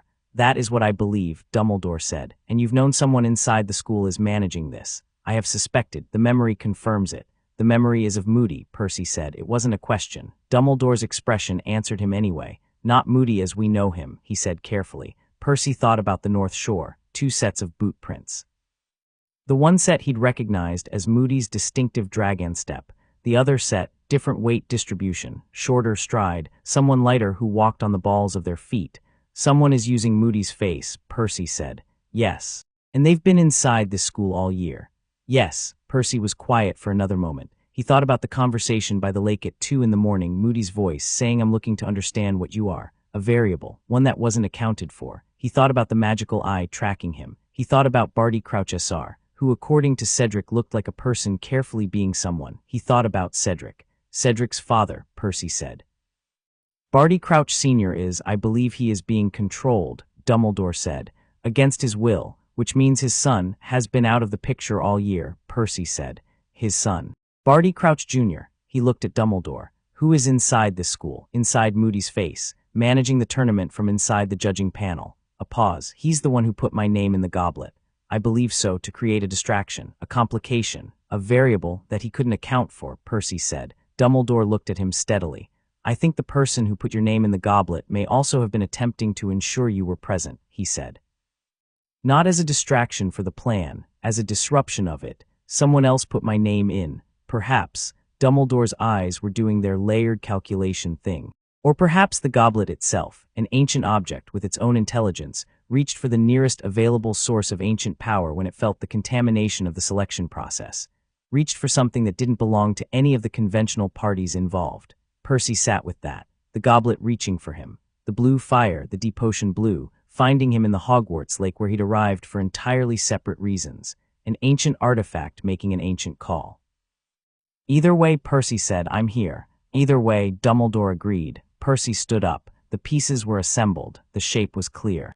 The third task was the maze, and the cup was at the center, and someone inside this school in a stolen face was going to try to make sure Harry touched it. "I need to talk to Cedric," Percy said. Dumbledore nodded. "Be careful about what you tell him, Percy." "His father, I know," Percy said. "I'll be careful." He walked to the door, stopped. "The creature," he said without turning. "In the North Reach, it needs to be monitored but not interfered with. It just needs time to be itself again. I understand, Dumbledore said. Make sure whoever manages the lake knows that. I will tell Hagrid personally, Dumbledore said. He will be very pleased to have someone to watch over. Percy left, the staircase spiral below him, the gargoyle jumping aside, and the late afternoon of February settling over Hogwarts with the specific quality of a day that had been, in multiple senses, a day of things breaking free. Chapter 5. The weight of the wand march came in like something that had been waiting behind a door. The tournament's social atmosphere had been shifting since the second task in ways that were subtle, and then suddenly not subtle at all. Percy had won 2 tasks. He was leading on points. The Daily Prophet had published 4 separate pieces about him in February alone, each one with a different angle of attack. First, that he was a fraud, then that he was too dangerous to compete, then that his divine heritage constituted cheating, then, most recently, that his presence in the tournament was a political statement by unknown international forces against the integrity of British magical institutions. Rita Skeeter had interviewed him twice without his consent, both times by appearing in places he'd been alone for 30 seconds and beginning to speak before he had a chance to leave. He'd given her nothing both times, which meant she'd invented things, which meant his name in the paper was now attached to sentences he'd never said. He'd stopped reading it after the 3rd article. Hermione, who found journalistic inaccuracy personally offensive, had not. She called you magnetically dangerous, Hermione said at breakfast on a Thursday, with the tone of someone reporting a war crime. Is that bad? It's designed to make people afraid of you while also being attracted to the story. It's manipulative, reductive, Hermione. Percy took the paper gently from her hands. I've been called worse things by actual monsters. That's not a standard we should accept. I'm not accepting it, I'm just not reading it. He folded the paper. What she writes doesn't change what I can do or what I know. It only matters if I let it matter. Hermione looked at him with the expression she used when she was deciding whether someone had said something profound or was just lucky with their phrasing. Then she went back to her own breakfast, which Percy took as provisional agreement. The attention from the rest of the school had evolved as well. In the first weeks after his name came out of the goblet, people had mostly stared and whispered. After the first task, a section of the student body had begun actively supporting him, primarily Gryffindors and a significant portion of Hufflepuff, most of the latter following Cedric's lead. After the second task, and the wave that had moved across the entire lake's surface when the creature's magic broke, something had shifted more fundamentally. There was a quality to the way people looked at Percy now that he recognized from his years at Camp Half-Blood and didn't particularly love, a kind of weight in the gaze, an expectation of significance. He found it exhausting. Not the attention itself. He'd been dealing with divine attention since he was 12, which was more intense than anything a school hallway could produce, but the specific texture of it here. People wanted him to mean something, to be a symbol of something. He wasn't. He was a 16-year-old from Manhattan who happened to be the son of a Greek god and who had accidentally ended up in a Scottish castle's ancient fire-based selection process. The meaning people were attaching to him was theirs, not his. He said this to Harry one evening in early March, when they'd ended up in the same alcove of the library by accident and then stayed there by choice, both of them reading, Harry a defense textbook, Percy the restricted tournament records that Hermione had secured for him with a combination of legitimate research requests and what Percy suspected was mild emotional manipulation of Madame Pince. People want you to mean something too, Percy said, not looking up from his book. What? Harry had been absorbed in his reading and came back to the room in stages. The way they look at you, it's the same thing. Percy turned a page. You're the boy who lived. I'm whatever they're calling me this week. We're both symbols to them before we're people. Harry was quiet for a moment. Then, does it bother you? Does it bother you? Harry considered this with the honesty that Percy had come to appreciate about him. He didn't answer quickly, which meant he actually thought about it. Sometimes it feels like the version of me that exists in their heads is better than the actual me, he said finally. Like if they knew what I was actually like, they'd be disappointed. Percy looked at him. That's not a symbol problem, that's a you problem. Harry blinked. What? You think the gap between their version and the real version is because you're not enough, but the gap is because they built a story around a thing that happened when you were a baby. It's not about you at all. Percy closed his book. The version of me in the Prophet isn't disappointed me or impressed me. It's a prop for whatever point Skeeter's making that week. The real problem is treating their version as something you're supposed to live up to. Harry looked at him for a long moment. You've thought about this a lot. I've had a lot of years of people looking at me like I was the answer to their problem, Percy said. Demigod thing. You learn either to separate yourself from other people's narratives or to let those narratives define you, and the second one is, I've seen it happen. I've seen what it does. He thought about Luke Castellan, which he didn't say. The wound of it still had edges. What does it do? Harry asked, with the quietness of someone asking because they were genuinely worried about themselves. It makes you resentful, Percy said, of the people who need you to be the symbol. And then you stop being able to tell the difference between the people who need the symbol and the people who just want to know you. He looked at the window, the dark March night outside. You're not bad at telling the difference, actually. You trusted me faster than I expected. You're very hard to distrust, Harry said, with the specific directness of someone who'd been thinking about a thing and chose to just say it. My friend Annabeth would disagree with that. What would she say? She'd say I'm extremely trustworthy and completely impossible, and that those two things coexist in a way that's structurally unfair. Percy smiled. She'd be right. Harry smiled too, the real one, the one that changed his whole face. She sounds, yeah, Percy said. She is. The conversation with Cedric happened on a Saturday morning, 2 days after Percy's meeting with Dumbledore. Percy had been careful about it, the way Dumbledore had asked him to be. He wasn't going to drop the full weight of your father is being used by a Death Eater who is also living inside your Dada professor's body onto someone in the middle of a school day with nowhere to process it privately. He'd found Cedric on the Quidditch pitch, which was where Cedric went when he needed to think, not to fly, just to stand in the empty space of it, which Percy understood because he did the same thing with water.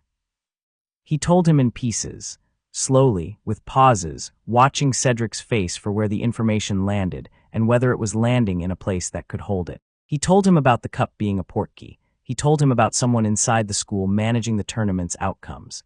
He told him about the North Shore meeting, the boot prints, the feeling Percy had been carrying for months about the person wearing Moody's face. He didn't name Crouch Jr. directly. Dumbledore had asked him not yet, because naming it prematurely might force Crouch's hand before they were ready. He got as close as he could without naming it. Cedric listened. He stood in the middle of the empty pitch with the winter sky above him, and he listened without interrupting, which Percy had noticed was something Cedric did. He gave information the space to be information before he started responding to it.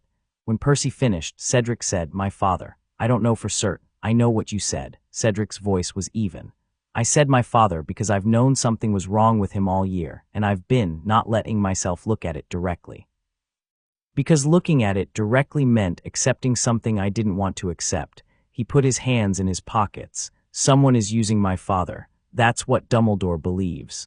"Dumbledore told you this." "He told me most of it. I filled in some gaps." Percy looked at him steadily. "Cedric, I'm telling you this because you deserve to know, not because I want you to do anything with it. You don't have to." "The maze," Cedric said. Percy stopped. "The third task is a maze," Cedric said. "The cup is at the center. Whoever touches it first wins, or whoever touches it together." He stopped. "Someone is going to try to make sure Harry touches it. They've been setting the tournament up all year to get Harry to that cup." He looked at Percy. "And they used my father to do it." His voice was flat in the way that wasn't calm. Percy recognized it, the specific flatness of someone holding something down by sheer force of will because the alternative was letting it fully arrive. "I'm going to fix it," Percy said. "How?" "The maze, when we're in it." He'd been thinking about this since Dumbledore's office. "You and I go in together, not to win, to find Harry and make sure he's okay. Whatever's been arranged in that maze could be anything," Cedric said. "It's a maze filled with magical obstacles. The professors won't be inside. It's designed to be isolated." "I know. Which means if something goes wrong in there, I know." "Percy?" Cedric turned to face him, and whatever he'd been holding down was visible now, not released but visible, which was different, and which took more honesty than releasing it would have. "My father might not be." He stopped again. "He's alive," Percy said. "If someone needed him to manage tournament logistics all year, he's alive." "That's not, I know that's not what I," Cedric exhaled, slow and deliberate, looked at the sky, came back to the ground. "If I'd been paying attention. If I'd pushed harder on what was wrong with him instead of telling myself he was just stressed about work." "Stop." Percy stepped forward. "Stop doing that." Cedric looked at him. "You're 14 steps ahead of where you're supposed to be," Percy said. "You're holding yourself responsible for something that an experienced dark wizard with decades of practice at deception set up specifically to fool people who care about the target. You didn't miss it because you weren't paying attention. You missed it because someone worked very hard to make sure you'd miss it." He paused. "I've been down that road. Blaming yourself for not seeing the monster that was hiding. It doesn't help anyone." Cedric was quiet for a moment. Then, "Did it help you?" "Stopping took me a while," Percy said honestly. "But yeah." They stood on the pitch for another minute, the cold March air doing its thing. Then Cedric said, "In the maze, you and me," Percy confirmed, "and we get Harry to the cup or we make sure he doesn't touch it alone." Something like that. "That's not a plan," Cedric said. "That's an intention." "I'm good at converting intentions into plans under pressure," Percy said. "It's kind of my whole personality." Cedric looked at him with the expression that was becoming familiar, not quite a smile, not quite exasperation, somewhere in the middle where the two things had agreed to coexist. "It really is," he said. Percy found fake moody on a Wednesday. Not the way he'd been planning to, not a prepared confrontation, not on Percy's timeline. The way it actually happened was that Percy was coming back from an early morning session at the lake and turned a corner in the lower castle corridors and walked straight into Moody coming from the direction of the trophy room. They both stopped. The corridor was empty. It was 6:45 in the morning. No students, no teachers in immediate range, the specific quiet of a castle before breakfast that was different from the specific quiet of a castle after midnight.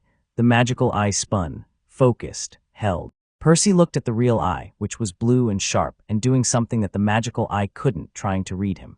Calculating. Percy was calm and direct and completely still, and the thing wearing Moody's face read all of that and in reading it, revealed itself. Because Moody, the real Moody, the actual aura with decades of field experience, would have said something first, would have controlled the initiation of the conversation, would have taken the high ground of not appearing to need it.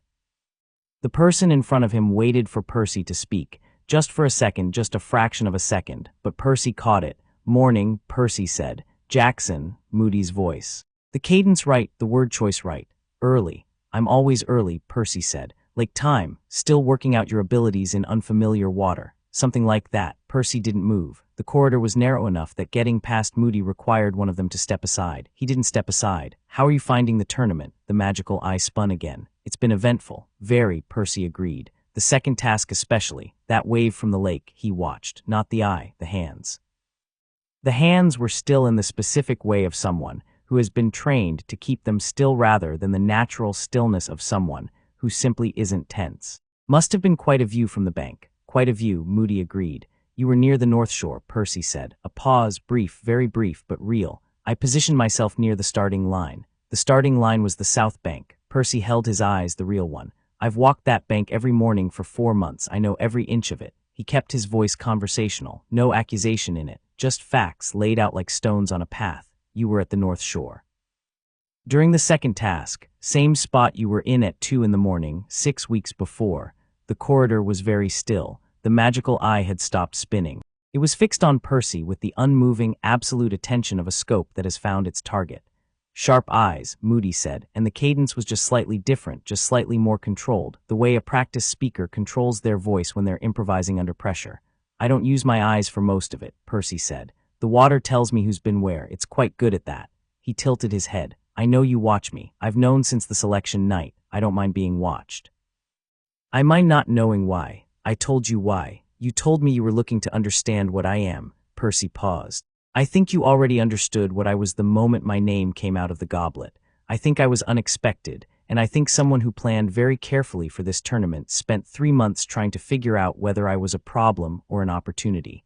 He kept his voice even. "Which am I?" The thing in Moody's face was very still now. The calculation behind the real eye was running at full speed and showing none of it on the surface, and Percy had to give it credit for that. Whoever was in there was very good at what they did. "Careful, Jackson," Moody said slowly. "I'm not threatening you," Percy said, simply and sincerely. "I'm just telling you what I know. Because I find it's better to let people know what I know than to let them find out in a situation where they don't have options."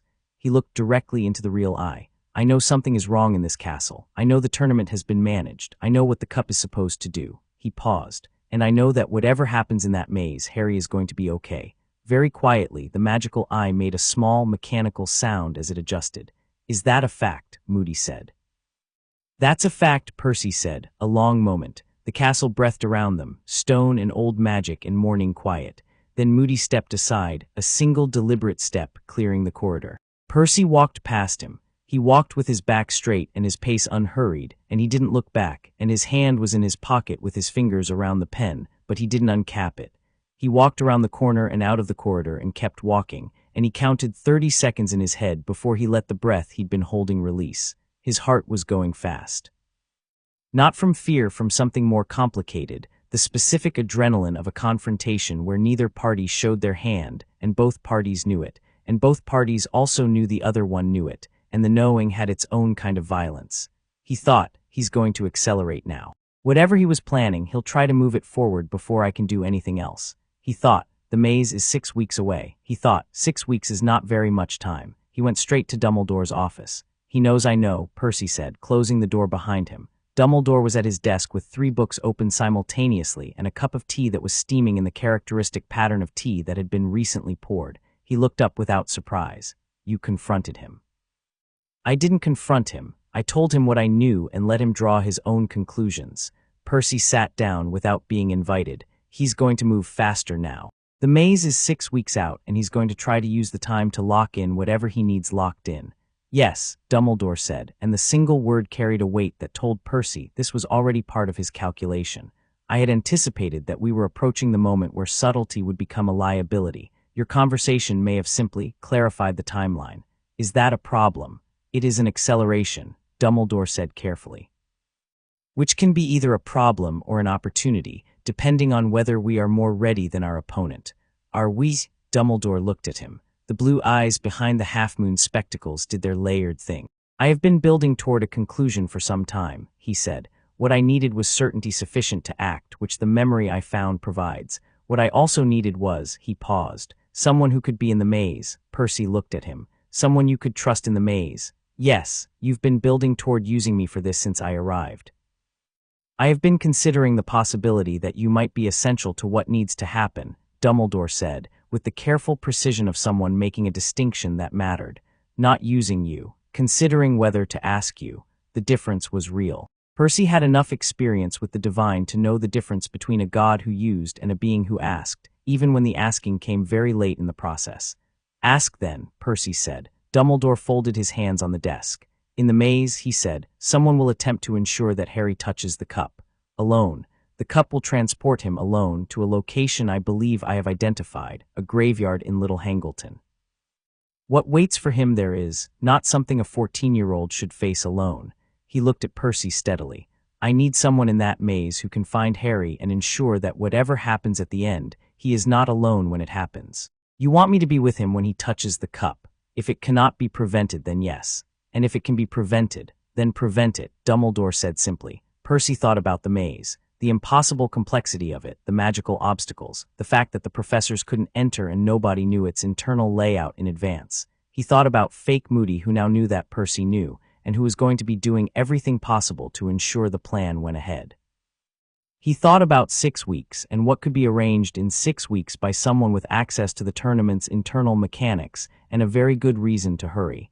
Cedric, Percy said. I told Cedric. Not everything, but enough. He knows something is wrong with the cup and he wants to make sure Harry is safe.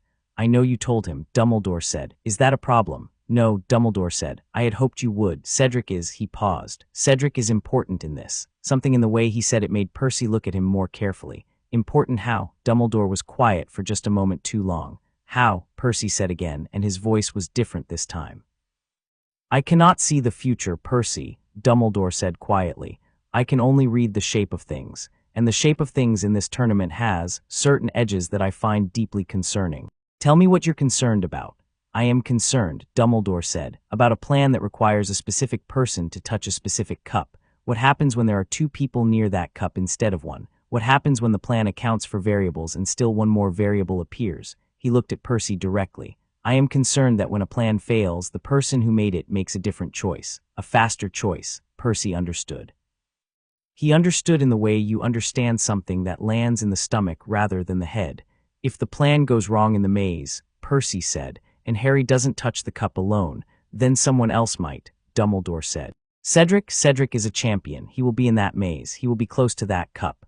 Dumbledore's voice was very quiet. If he reaches it at the wrong moment, then he gets taken instead of Harry, Percy said. Yes, and whoever is waiting in that graveyard would not. Dumbledore stopped. He looked at his hands for a moment.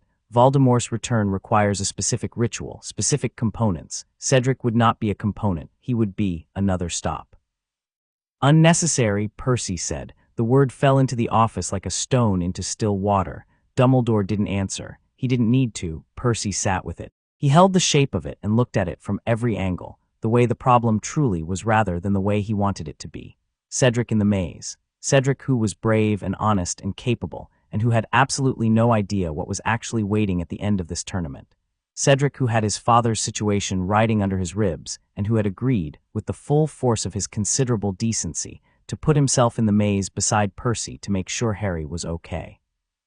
"I'm not going to let that happen," Percy said. "I know," Dumbledore said. "That is why I told you." Percy stood up. He was running energy the way he ran energy before big fights, converting everything into motion, into forward momentum, away from the stillness that fear required to get its grip. "I need to talk to Harry." "Yes, everything. He needs to know everything." "I agree." Dumbledore looked at him. "I will speak with him tonight. Would you?" "I'll be there," Percy said. "He knows me. It'll land better if I'm there." That conversation happened in Dumbledore's office at 9 in the evening. Percy sat to one side while Dumbledore talked. He watched Harry's face go through phases: confusion, denial, a very controlled kind of fear, and then something else. Something that was not quite resolution and not quite acceptance, but was the beginning of both. The look of someone who has been told a terrible thing and is deciding in real time whether to let it break them or carry it. Percy knew that look. He'd worn it himself, the night in Annabeth's cabin when Chiron had explained what the great prophecy might mean for a child of the eldest gods. When Dumbledore finished, Harry was quiet for a long moment. Then he said, "He's going to come back." "I believe he intends to, yes," Dumbledore said. "And someone in this castle has been." Harry stopped. "The whole year. It's been the whole year." "Yes." Harry looked at Percy. "You knew." "Since February," Percy said. "I'm sorry I didn't tell you sooner." "Why didn't you?" "Because Dumbledore was still gathering what he needed to act, and because telling you before he was ready to move would have given you information you couldn't do anything with, which would have just sat in you." Percy paused. "I've had information do that, just sit in you and hurt. It's not useful and it's not kind." Harry looked at him for a long moment. "What happens in the maze?" "Someone tries to get you to the cup. I'm going to make sure that doesn't happen the way they planned. And if it does happen, then I'll be there," Percy said. "With a sword," Harry said. "With a sword," Percy confirmed. Against a resurrected dark wizard." Percy looked at him evenly. "I've fought a Titan Lord. I've been to Tartarus. I walked out of both." He leaned forward slightly. "Whatever's in that graveyard, Harry, it's not going to be the worst thing I've ever walked toward." Harry looked at him, and something in his face did the thing Percy had seen before, that shift, that recalibration, where the version of the world that made sense had to be updated to include a person who said things like that and meant them. "That's insane," Harry said. "You've said that before. It keeps being true." "Fair enough," Percy said. He went back to the lake at midnight. Not for information this time, not for practice. He went because the water was where he thought best, and he had a lot to think about, and the night was clearer than it had been in weeks, actual stars visible through the Scottish cloud cover, which happened rarely enough to feel like the universe acknowledging something. He sat at the edge and thought about Cedric. He thought about the specific way you came to care about people when everything was compressed, when a tournament and a secret and a shared knowledge of danger were doing work that usually took years to do. When you were in the middle of something that required trust and someone turned out to be genuinely trustworthy, not as a performance but as an actual quality of who they were. When you sat on towers and talked about being chosen for things and both meant it in ways you didn't have to explain. He thought about what Dumbledore had said, the shape of things, the edges he found concerning. He thought, "I'm not going to let Cedric touch that cup." He thought, "I'm not going to let Harry go to that graveyard alone." He thought, "I'm going to need to be in two places at once, which is a problem, but not an insurmountable one if I plan correctly." The lake was still. The creature was somewhere in the North Reach, not pacing anymore. He could feel it, distant and slow, resting in the way of something that had been exhausted for a very long time and was beginning incrementally to believe that the exhaustion might end. He put his feet in the water. "Dad," he thought, "not a prayer, not a request, just a direction to think in. I think I understand why you put me here now, and I think you knew it was going to get to this point. And I think you knew I'd figure it out in time, which is a lot of trust." The water moved, not dramatically, just a small current, warmer than the surrounding lake, that ran across his feet for a few seconds and then dispersed. Not warm enough to be natural in a Scottish lake in March. Percy sat with the warmth of it until it was gone, which didn't take long, and then sat with the cold, which was fine. He had 6 weeks. He had a plan that was more intention than architecture, which he'd told Cedric was okay because he was good at converting intentions into plans under pressure, and which he intended to prove was true. He had Riptide, which had never failed him. He had people in that castle that he was not going to let get hurt if he had any say in it, and he had a great deal of say in things when they happened in or near water. And the maze, he'd been reading about maze construction for 3 weeks. The maze was going to have a misting system built into its hedges, because every large hedge maze at high altitude in wet Scottish spring required irrigation and automatic moisture management, and irrigation meant pipes, and pipes meant water.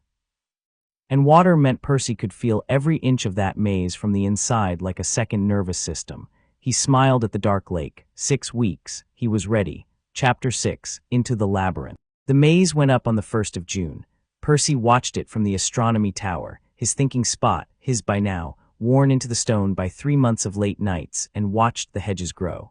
It was extraordinary and alarming in equal measure, the way magical construction always managed to be both. The hedges rose from the Quidditch pitch in the span of 4 hours on a Tuesday afternoon, 20 feet high, black-green and dense, and moving with the specific quality of something that had been given a small, purposeful intelligence. Not alive exactly. Aware. He'd been studying the pitch's groundwork for 2 weeks. He knew where the irrigation pipes ran. The groundskeeper, Hagrid, had shown him with characteristic enthusiasm, apparently deeply gratified that someone wanted to know about infrastructure rather than creatures. The pipes ran in a grid below the pitch's surface, feeding up into the root system of whatever magical hedge species the tournament committee had sourced, which meant that when the maze filled with those hedges, the pipe network became Percy's map.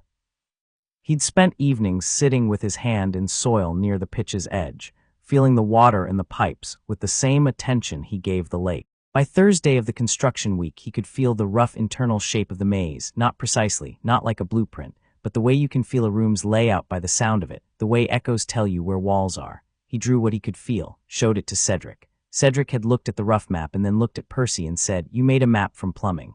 Water goes where walls aren't," Percy said. "The pipes run between the hedges. More pipe in one direction means a longer path. Less pipe means a dead end." Cedric had studied it for a long time. "The center is here," he said, pointing. "That's my best guess. The water pressure is lowest there, which means the pipes are shorter, closer to the surface, less need to run distance. And the hedge density is highest. I can feel the roots."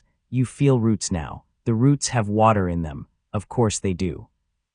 Cedric had folded the map and put it in his pocket and said nothing else about it for 2 days. And then on Sunday he'd come to Percy with 4 additions that he'd worked out from his own observations of the hedge growth pattern. And between the 2 of them, the map had become something approaching real. They hadn't told the other champions. Percy had considered it, turned it over, and concluded that whatever Fleur and Victor had prepared for the maze was their own, and sharing intelligence with everyone leveled a field that Percy wasn't trying to level. He was trying to find Harry and find Cedric, and make sure neither of them touched a cup they shouldn't touch alone. He'd told Harry to stay near the center and be cautious, which Harry had received with the expression of someone who had spent 4 years at this school, developing a highly individual relationship with the concept of caution. "Caution," Harry had said. "More than you usually use," Percy said. "That's a very low bar." "I know, try to clear it anyway." The morning of June 24th was cloudless, which Percy noted because clouds meant more atmospheric water, and he was making a mental inventory of every water source within reach. Clear sky, damp ground from rain 2 days prior, the maze's irrigation system, the lake 200 yards east. He'd been up since 4. He ate a full breakfast, 5 plates, Ron watching him with the reverence of someone observing a religious practice, and spent 20 minutes at the lake's edge with his feet in the water. He said goodbye to the lake, not out loud. Internally, the way you said goodbye to a source of strength when you were leaving it temporarily and wanted it to know you'd be back. The creature in the North Reach was still, sleeping maybe. Hagrid had been visiting it daily for 4 months and had reportedly burst into emotional tears the first time it acknowledged him, which Percy had heard about from Ron, who had heard it from Ginny, who had actually witnessed it. Percy hoped the creature was having good dreams, if it dreamed. He went back to the castle and found Cedric waiting in the corridor outside his room. Cedric was in his tournament robes, which were yellow-trimmed, and which he wore with the same easy quality he wore everything, not costuming, just clothing. He was holding 2 cups of tea, which Percy took as the offering it was. "Ready," Cedric said. "Been ready since February," Percy said. "You've been ready since before that." Cedric leaned against the wall. "I've been thinking about what you said on the pitch about intentions and plans. You have a plan now. I have a contribution to the plan." Cedric looked at him directly. When we're in the maze, we find Harry first, before the center. We find him and we move together. That's what I've been saying. I know, but I'm saying it now because he stopped, took a breath. Started again with the particular deliberateness of someone choosing their words because the words matter, not because they're performing the choosing. Because whatever is at the end of this, I don't want it to be something I didn't choose. The whole tournament things have been happening around me. My father, the plan, all of it. I didn't choose any of that. He looked at Percy. I'm choosing this, going in with you, finding Harry. Whatever happens after that. Percy looked at him. He thought about the graveyard in Little Hangleton, about what Dumbledore had described with such careful, devastating brevity about the shape of things and the edges. He thought about what he knew was inside that maze, not just magical obstacles but Crouch Jr.'s arrangements, whatever had been set in the hedges all week by someone who believed they were hours away from completing a year of work. If the cup takes us somewhere, Percy said, somewhere that's not here. I know. Cedric, I know, Percy. His voice was quiet and absolute. I'm a Hogwarts champion. I'm going to finish this tournament. And I'm going to do it standing next to the most aggravating person I've met in 16 years of life. Something crossed his face, the thing that had been there since the Yule Ball, since the pitch, since every conversation that had gone longer than necessary, because neither of them wanted to stop. Which is you, in case that wasn't clear? It was clear, Percy said. Good. They stood in the corridor with their tea, and the morning light coming through the far window in the specific way of early summer in Scotland, which was different from every other time of year, longer, softer, with a quality of something waiting to open fully that hadn't quite yet. Percy drank his tea. Cedric drank his. There was nothing else that needed to be said before the maze, and they both knew it, and the knowing sat between them as comfortably as everything else they'd built in 8 months of accidents and conversations and shared late-night water. Let's go, Percy said. The crowd around the maze was enormous. Percy had expected large. The tournament committee had apparently expected large too, because the scaffolding for spectators ran the entire perimeter of the pitch, 3 tiers high, packed from an hour before the task began. The noise when the 4 champions emerged was the full-body kind that Percy associated with the Colosseum on Olympus when a divine assembly got heated. He processed it as background and moved on. The 4 champions stood at the maze entrance. Victor on the far left, stoic, contained, the same controlled quality as always, but with something underneath it that Percy read as genuine nerves, which was honest and therefore reassuring. Fleur beside him, chin up, that luminous quality fully engaged as a kind of armor. Cedric at Percy's right, Harry at the entrance to a separate starting point, because the task was structured for the Hogwarts champions to go in from different positions.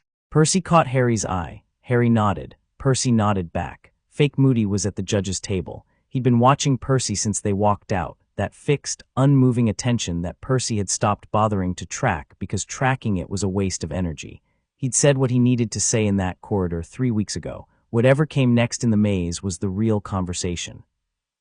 Dumbledore stood at the edge of the entrance, and when he passed Percy, he leaned very slightly, almost imperceptibly, and said, quietly enough for no one else to hear, "Trust your instincts. They've served you well."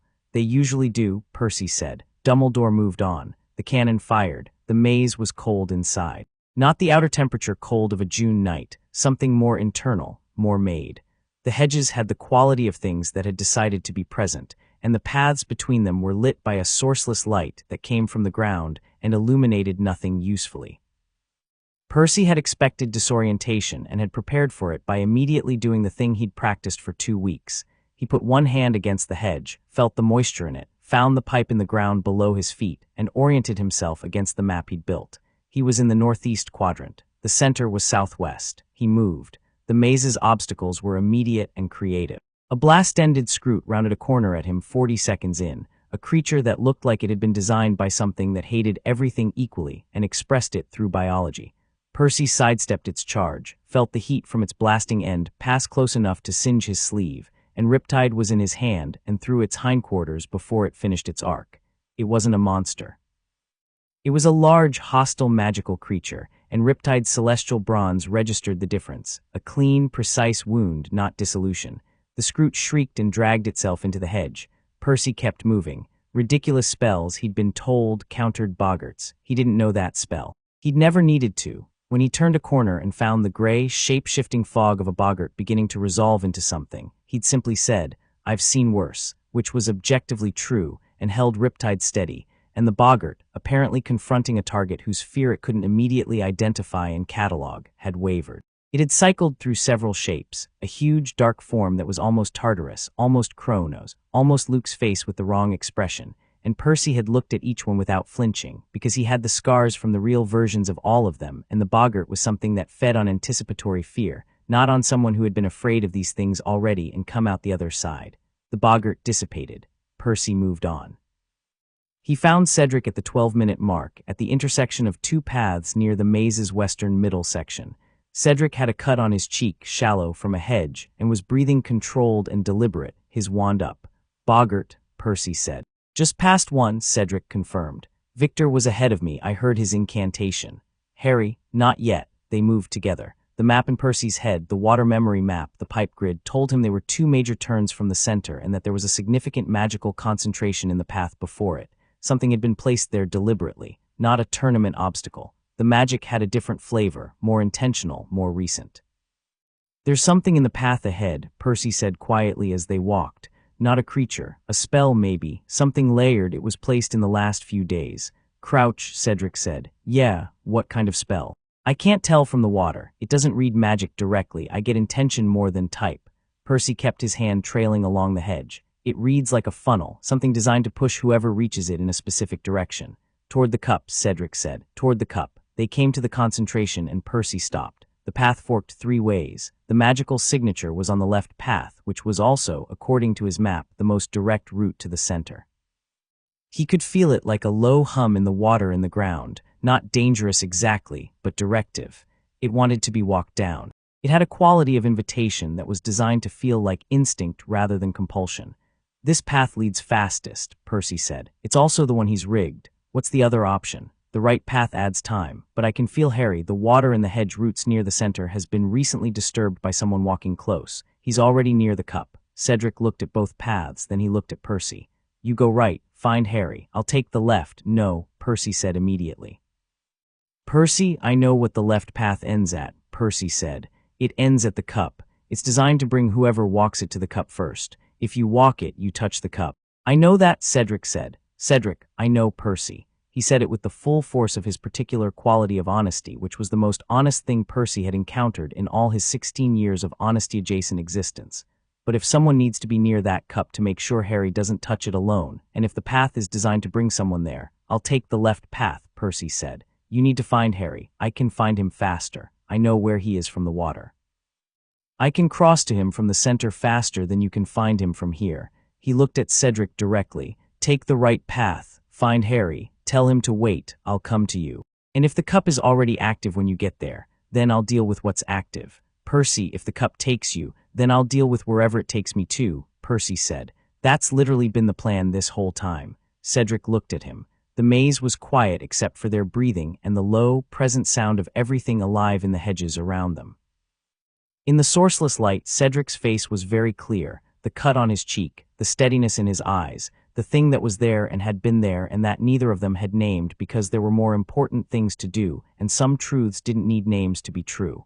"Come back," Cedric said, not a question. Not exactly in order, something between the two that was its own category. "I always do," Percy said. Cedric held his gaze for 2 more seconds, then he went right. Percy went left. The left path was wrong in the way that a doctored photograph is wrong, every element in place but the total adding up to something that couldn't have happened naturally. The magic in the ground hummed louder here, more insistent.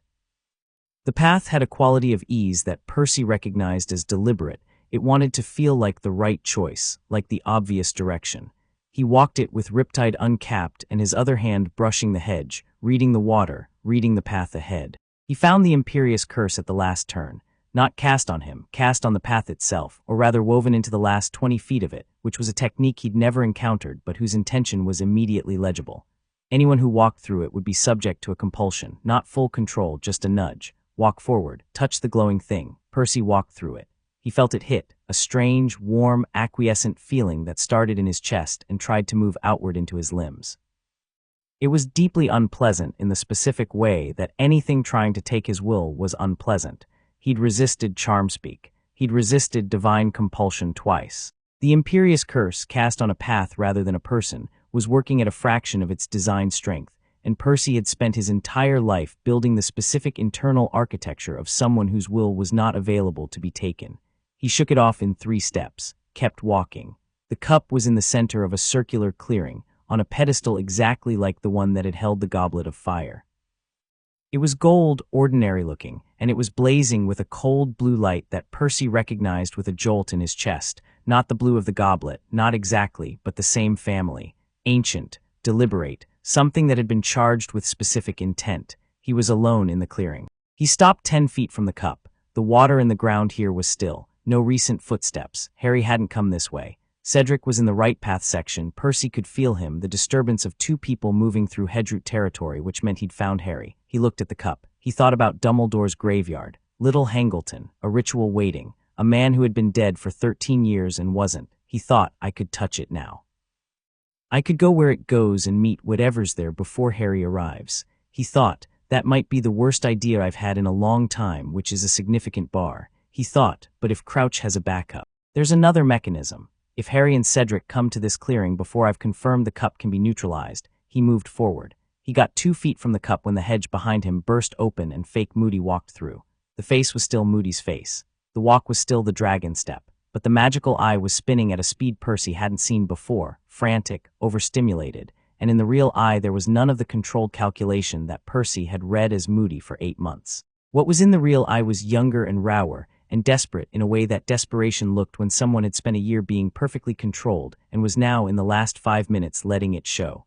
Step back from the cup, he said, not Moody's cadence. The words were the same, but the cadence was wrong, faster, more pressured, the grammar of someone who had stopped performing and was only managing now. Barty, Percy said. A pause, a very small pause. You don't know, Bartemius Crouch Jr., Percy said. You've been inside Moody's face all year. You put my name in the goblet because an extra champion might bring Harry closer to the cup or might function as a distraction. You weren't sure which, but you needed to know what I was before you decided. He watched the real eye. You've been running contingencies since February, since I told you I knew something was wrong. The wand came up, not Moody's gnarly wand, a different wand, shorter, from a pocket at the wrist. The real wand, Crouch's wand. It doesn't matter what you know, Crouch said, and the voice had dropped the pretense entirely, younger, colder, with an edge that came from genuine belief rather than performance. You're 16 years old. You're a foreign entity with no stake in this world's politics. Step back from the cup and walk away from this clearing. Or what? Or I curse you into something that takes 3 weeks to identify. Percy looked at the wand. He thought about what he knew of unforgivable curses. Hermione had explained them with the specific intensity of someone who found the very existence of such things an affront to reasonable magical governance, and thought about the Imperius that had already failed on him, and the fact that the killing curse worked by severing something divine in a person's life force, and Percy's life force had more divine in it than most, which was not a guarantee, but was a non-trivial variable. Here's the thing, Barty, Percy said. He kept his voice conversational, easy. The tone he used when he was absolutely committed to a course of action and wanted the other person to know he knew exactly what he was doing. You've had a year to study me. You know what I can do. You know I called rain from clear air in November. You know I pulled a decade-old enchantment off a lake creature in February. You know I walked through your Imperius trap in the last 2 minutes. He looked at the wand. And you know I have a sword made from the metalwork of the Greek divine, which doesn't care about the rules of your magic. You can't deflect a curse with a sword. No, Percy agreed. But I don't need to deflect the curse. He moved his free hand slightly, not toward the cup, toward the hedge. I just need to do this. He pulled the water, not the lake too far, though he'd been maintaining a thread of connection to it all night. The irrigation pipes, the moisture in the hedge roots, the condensation in the air from the warm June night inside the cold maze. He pulled everything within 20 feet simultaneously, which was not a precise technique but was very fast, and the water came in a sudden, directionless implosion of pressure. Not a wave, not a directed attack, but a sphere of moving, pressurized water that erupted from the ground and the hedges in the air around them, and engulfed the clearing in a 3-second downpour, so dense it was almost solid. Crouch's curse went wide. Percy felt it pass, a sickly yellow-green streak in the water that disrupted the surface tension of the droplets around it, and told him more about its nature than he wanted to know, and then Percy was through the water and on him. He didn't use Riptide for this. He used the water. He used it the way you used a hand, to push, to hold, to apply specific, controlled pressure. A wall of condensed water hit Crouch in the chest, not to injure, to displace, to move him backward off his feet into the hedge. The wand arm came up, but Percy was already there, his hand on the wrist and riptide at the man's throat. Crouch went still. He was on his back in the hedge, Percy's knee on his chest, riptide's point a quarter-inch from his jaw. The wand was in Percy's other hand, which had taken it during the last 2 seconds of the sequence. The magical eye was spinning so fast it was almost a blur. The real eye was looking at Percy with the pure, stripped, honest expression of someone who has run every calculation and found that every calculation has reached the same terminal point. "Hi," Percy said. Crouch said nothing. The real moody Percy said, "Where is he?" A pause. "Alive, specifically. A trunk in his office." The voice was flat now, depleted. "He's alive. I needed him alive. I used him to maintain the polyjuice." "He needs a potion, his leg. Dumbledore will get to him," Percy said. "He already suspects. He's been waiting for confirmation." Percy looked at him steadily. "I need you to understand something. What you've been working toward all year, it's over. Right now in this clearing, whatever is waiting in that graveyard is going to wait a very long time, because Harry is not touching this cup.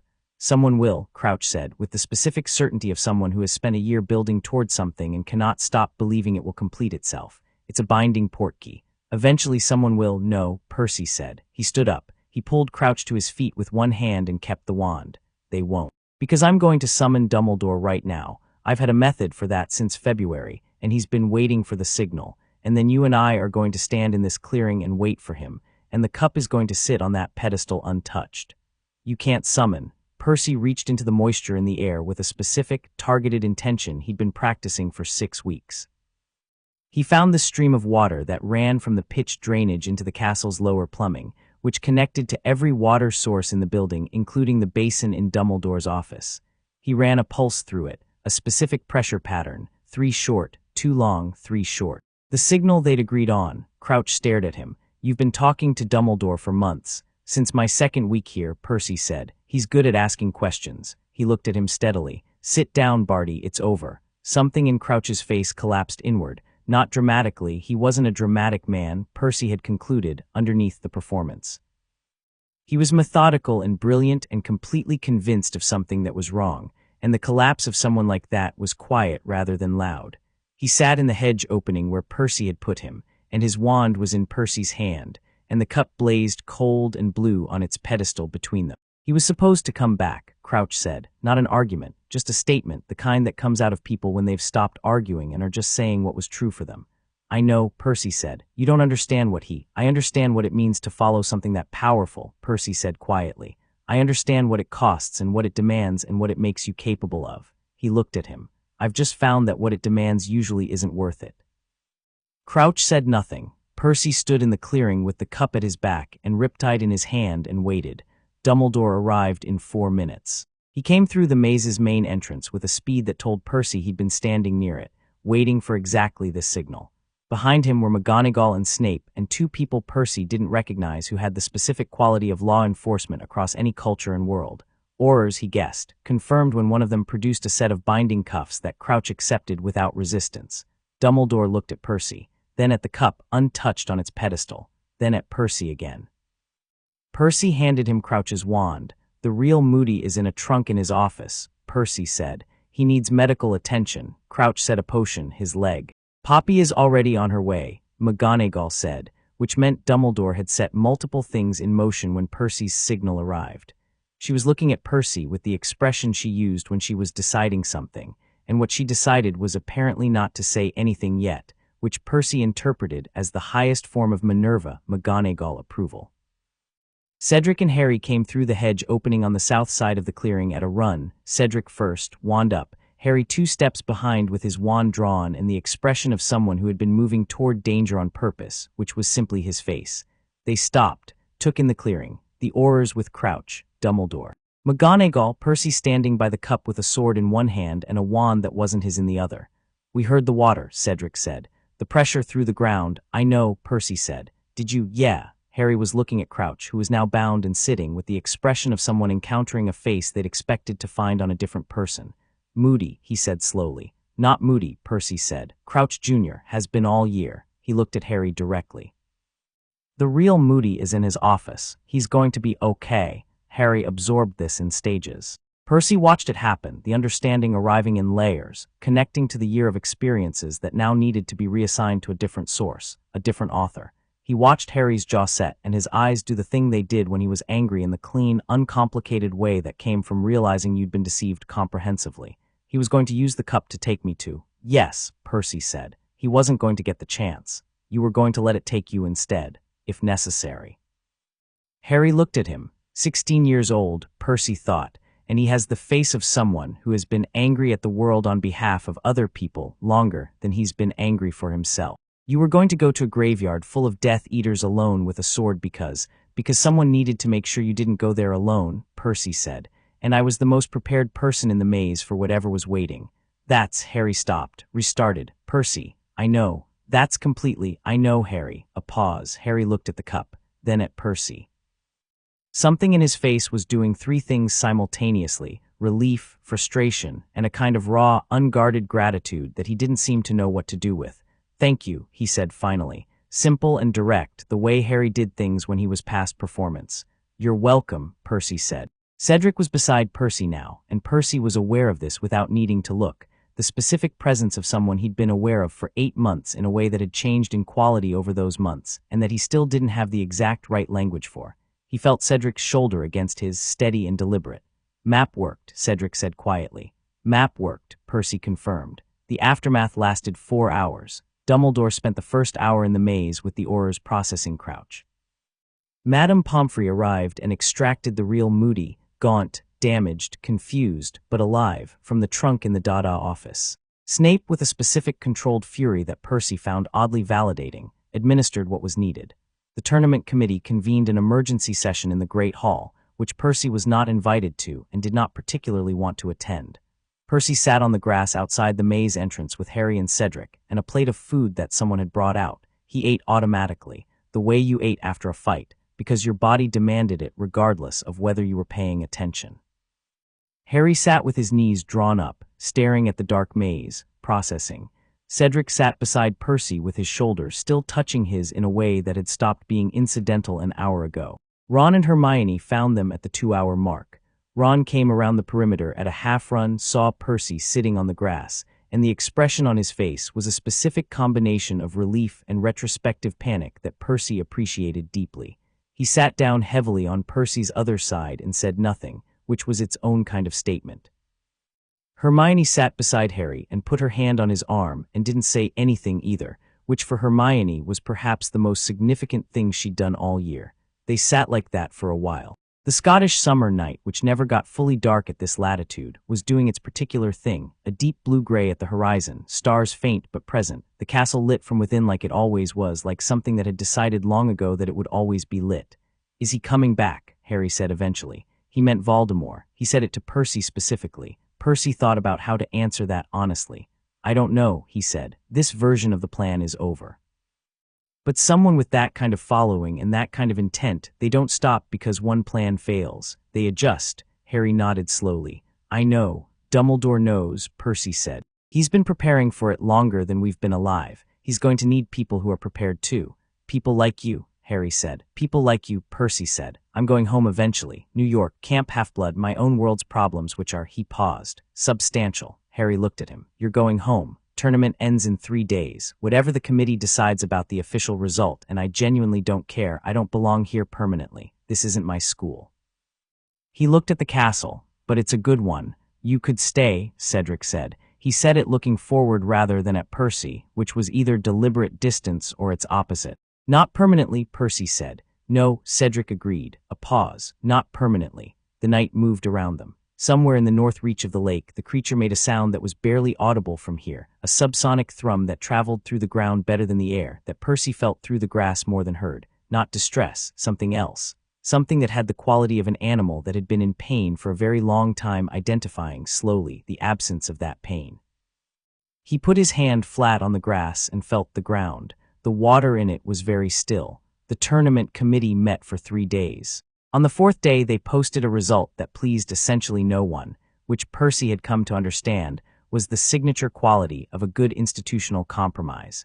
The official ruling was that the tournament's 4th selection had been demonstrated to result from tampering, and therefore no fourth champion result would be entered into official record. The 3 legitimate champions would be ranked among themselves.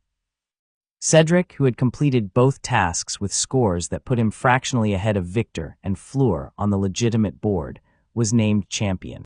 Percy heard this result from Ron, who was appropriately outraged on Percy's behalf, and Hermione, who explained in detail why the ruling was legally defensible if ethically questionable, and Harry, who said simply, "That's wrong." "It's fine," Percy said. "It's not," Harry said. "Harry," Percy looked at him. "I came here from a lake I wasn't supposed to be in, to a tournament I didn't sign up for, in a school I don't attend, in a country I'd never been to. I'm not a Hogwarts champion. I was never supposed to be ranked." He paused. Cedric won. That's the right result. Cedric, when Percy told him the same thing directly, was quiet for a moment and then said, "I'd rather have tied with you." "You'd rather have won," Percy said. "I'd rather have won and had you acknowledged for what you actually did in that maze." "I know," Percy said, "but the world doesn't always give you both at once." Cedric looked at him with that expression. "Is this wisdom, or are you just saying it because it sounds wise?" "Both," Percy said honestly. Cedric laughed, and it was the best sound in the world. The morning Percy left, the lake was flat and silver in the early light. He'd been up since 4 again, which was simply how he functioned, and he was at the water's edge with his shoes off and his feet in the lake in the way he'd spent the better part of a year. He could feel the whole system of it, the merpeople in their morning movements, the giant squid doing its dawn circuit, the creature in the North Reach settling deeper into its new freedom, which was still new and still being learned, but was incrementally less tentative. He said goodbye to the merpeople internally, with the specific respect for jurisdiction he'd learned early and maintained throughout. He felt them acknowledge it, not warmly, exactly, they weren't that kind of civilization, but with the solemnity that one ancient lineage gave another when a departure was significant. He heard footsteps on the bank behind him and knew, without turning, that it was multiple people. Ron and Hermione sat on his left. Harry sat on his right. Cedric stood for a moment and then sat cross-legged behind them all, slightly above on the bank, in the position of someone who intended to be the last one to say goodbye and was staging for it. They sat. The lake moved, slow and early and clear. "You never told us," Hermione said, "how you ended up in the lake in the first place." "I woke up in it," Percy said. "But before that, dreams," Percy said. "My father communicates in dreams and water. I'd been having blue dreams for a month. Something moving in deep water, cold water, something that needed." He stopped, looked at the North Reach. "I think he saw what was happening here. The plan for Harry. Someone trying to bring back someone who shouldn't come back, and this castle full of people who were in the middle of it without knowing. And he saw me. And a lake that needed someone who could speak to what was inside it. He sent you to fix the creature," Hermione said, "and to be here for everything else." Percy paused. "My father doesn't do anything with a single purpose. Everything is connected to everything else. That's the sea, it touches everything eventually."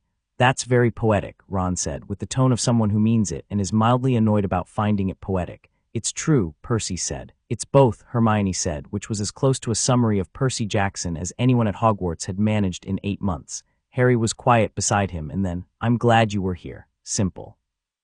Undecorated. Harry. "Yeah," Percy said, "me too." He stood up eventually, because eventually you had to stand up. He put his shoes on. He had a bag, not much in it, because he'd arrived with nothing and had accumulated only what he needed.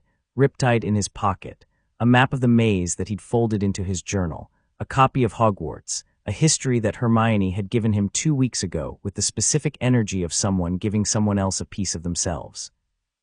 A chocolate frog card that Ron had pressed into his hand on the first day of June and said nothing about, which turned out to be a Dumbledore card, which Percy suspected was not accidental.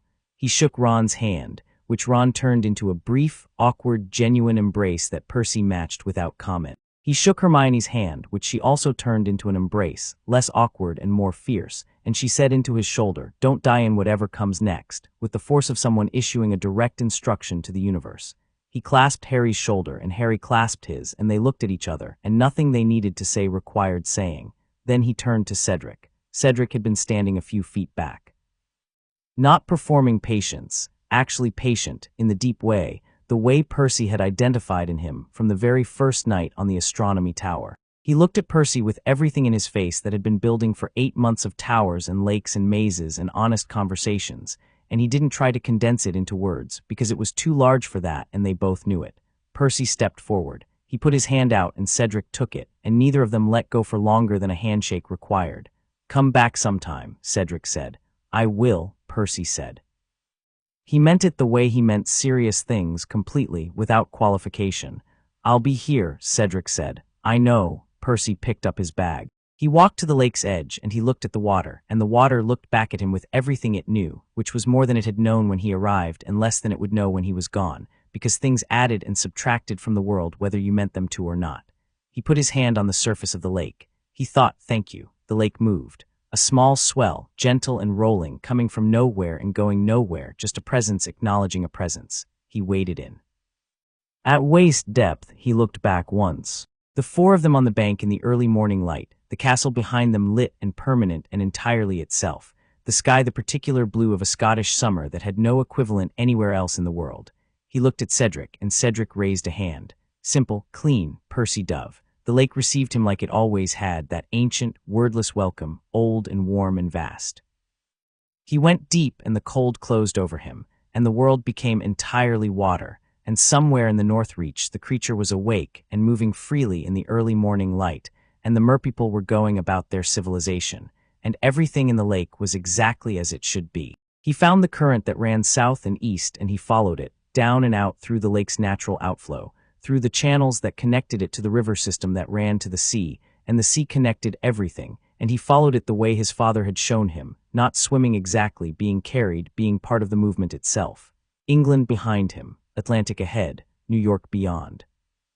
He thought about Annabeth, 4,000 miles away, who had been right about everything as usual, and who he was going to see in approximately 14 hours, and who was going to have many things to say. He thought about Hogwarts, its lit windows, its moving staircases, its portraits and its ghosts, and its great hall full of extraordinary, ordinary people who happened to be magic. He thought about a tournament that had tried to use everyone involved, and had found in at least one of them a variable that didn't cooperate. He thought about Cedric's hand in his, and the words come back sometime, and the specific and sufficient truth of I will. He swam, and the sea sang around him, and the current ran east to west, and Percy Jackson, son of Poseidon, demigod, accidental champion, worst tournament variable in recorded history, went home.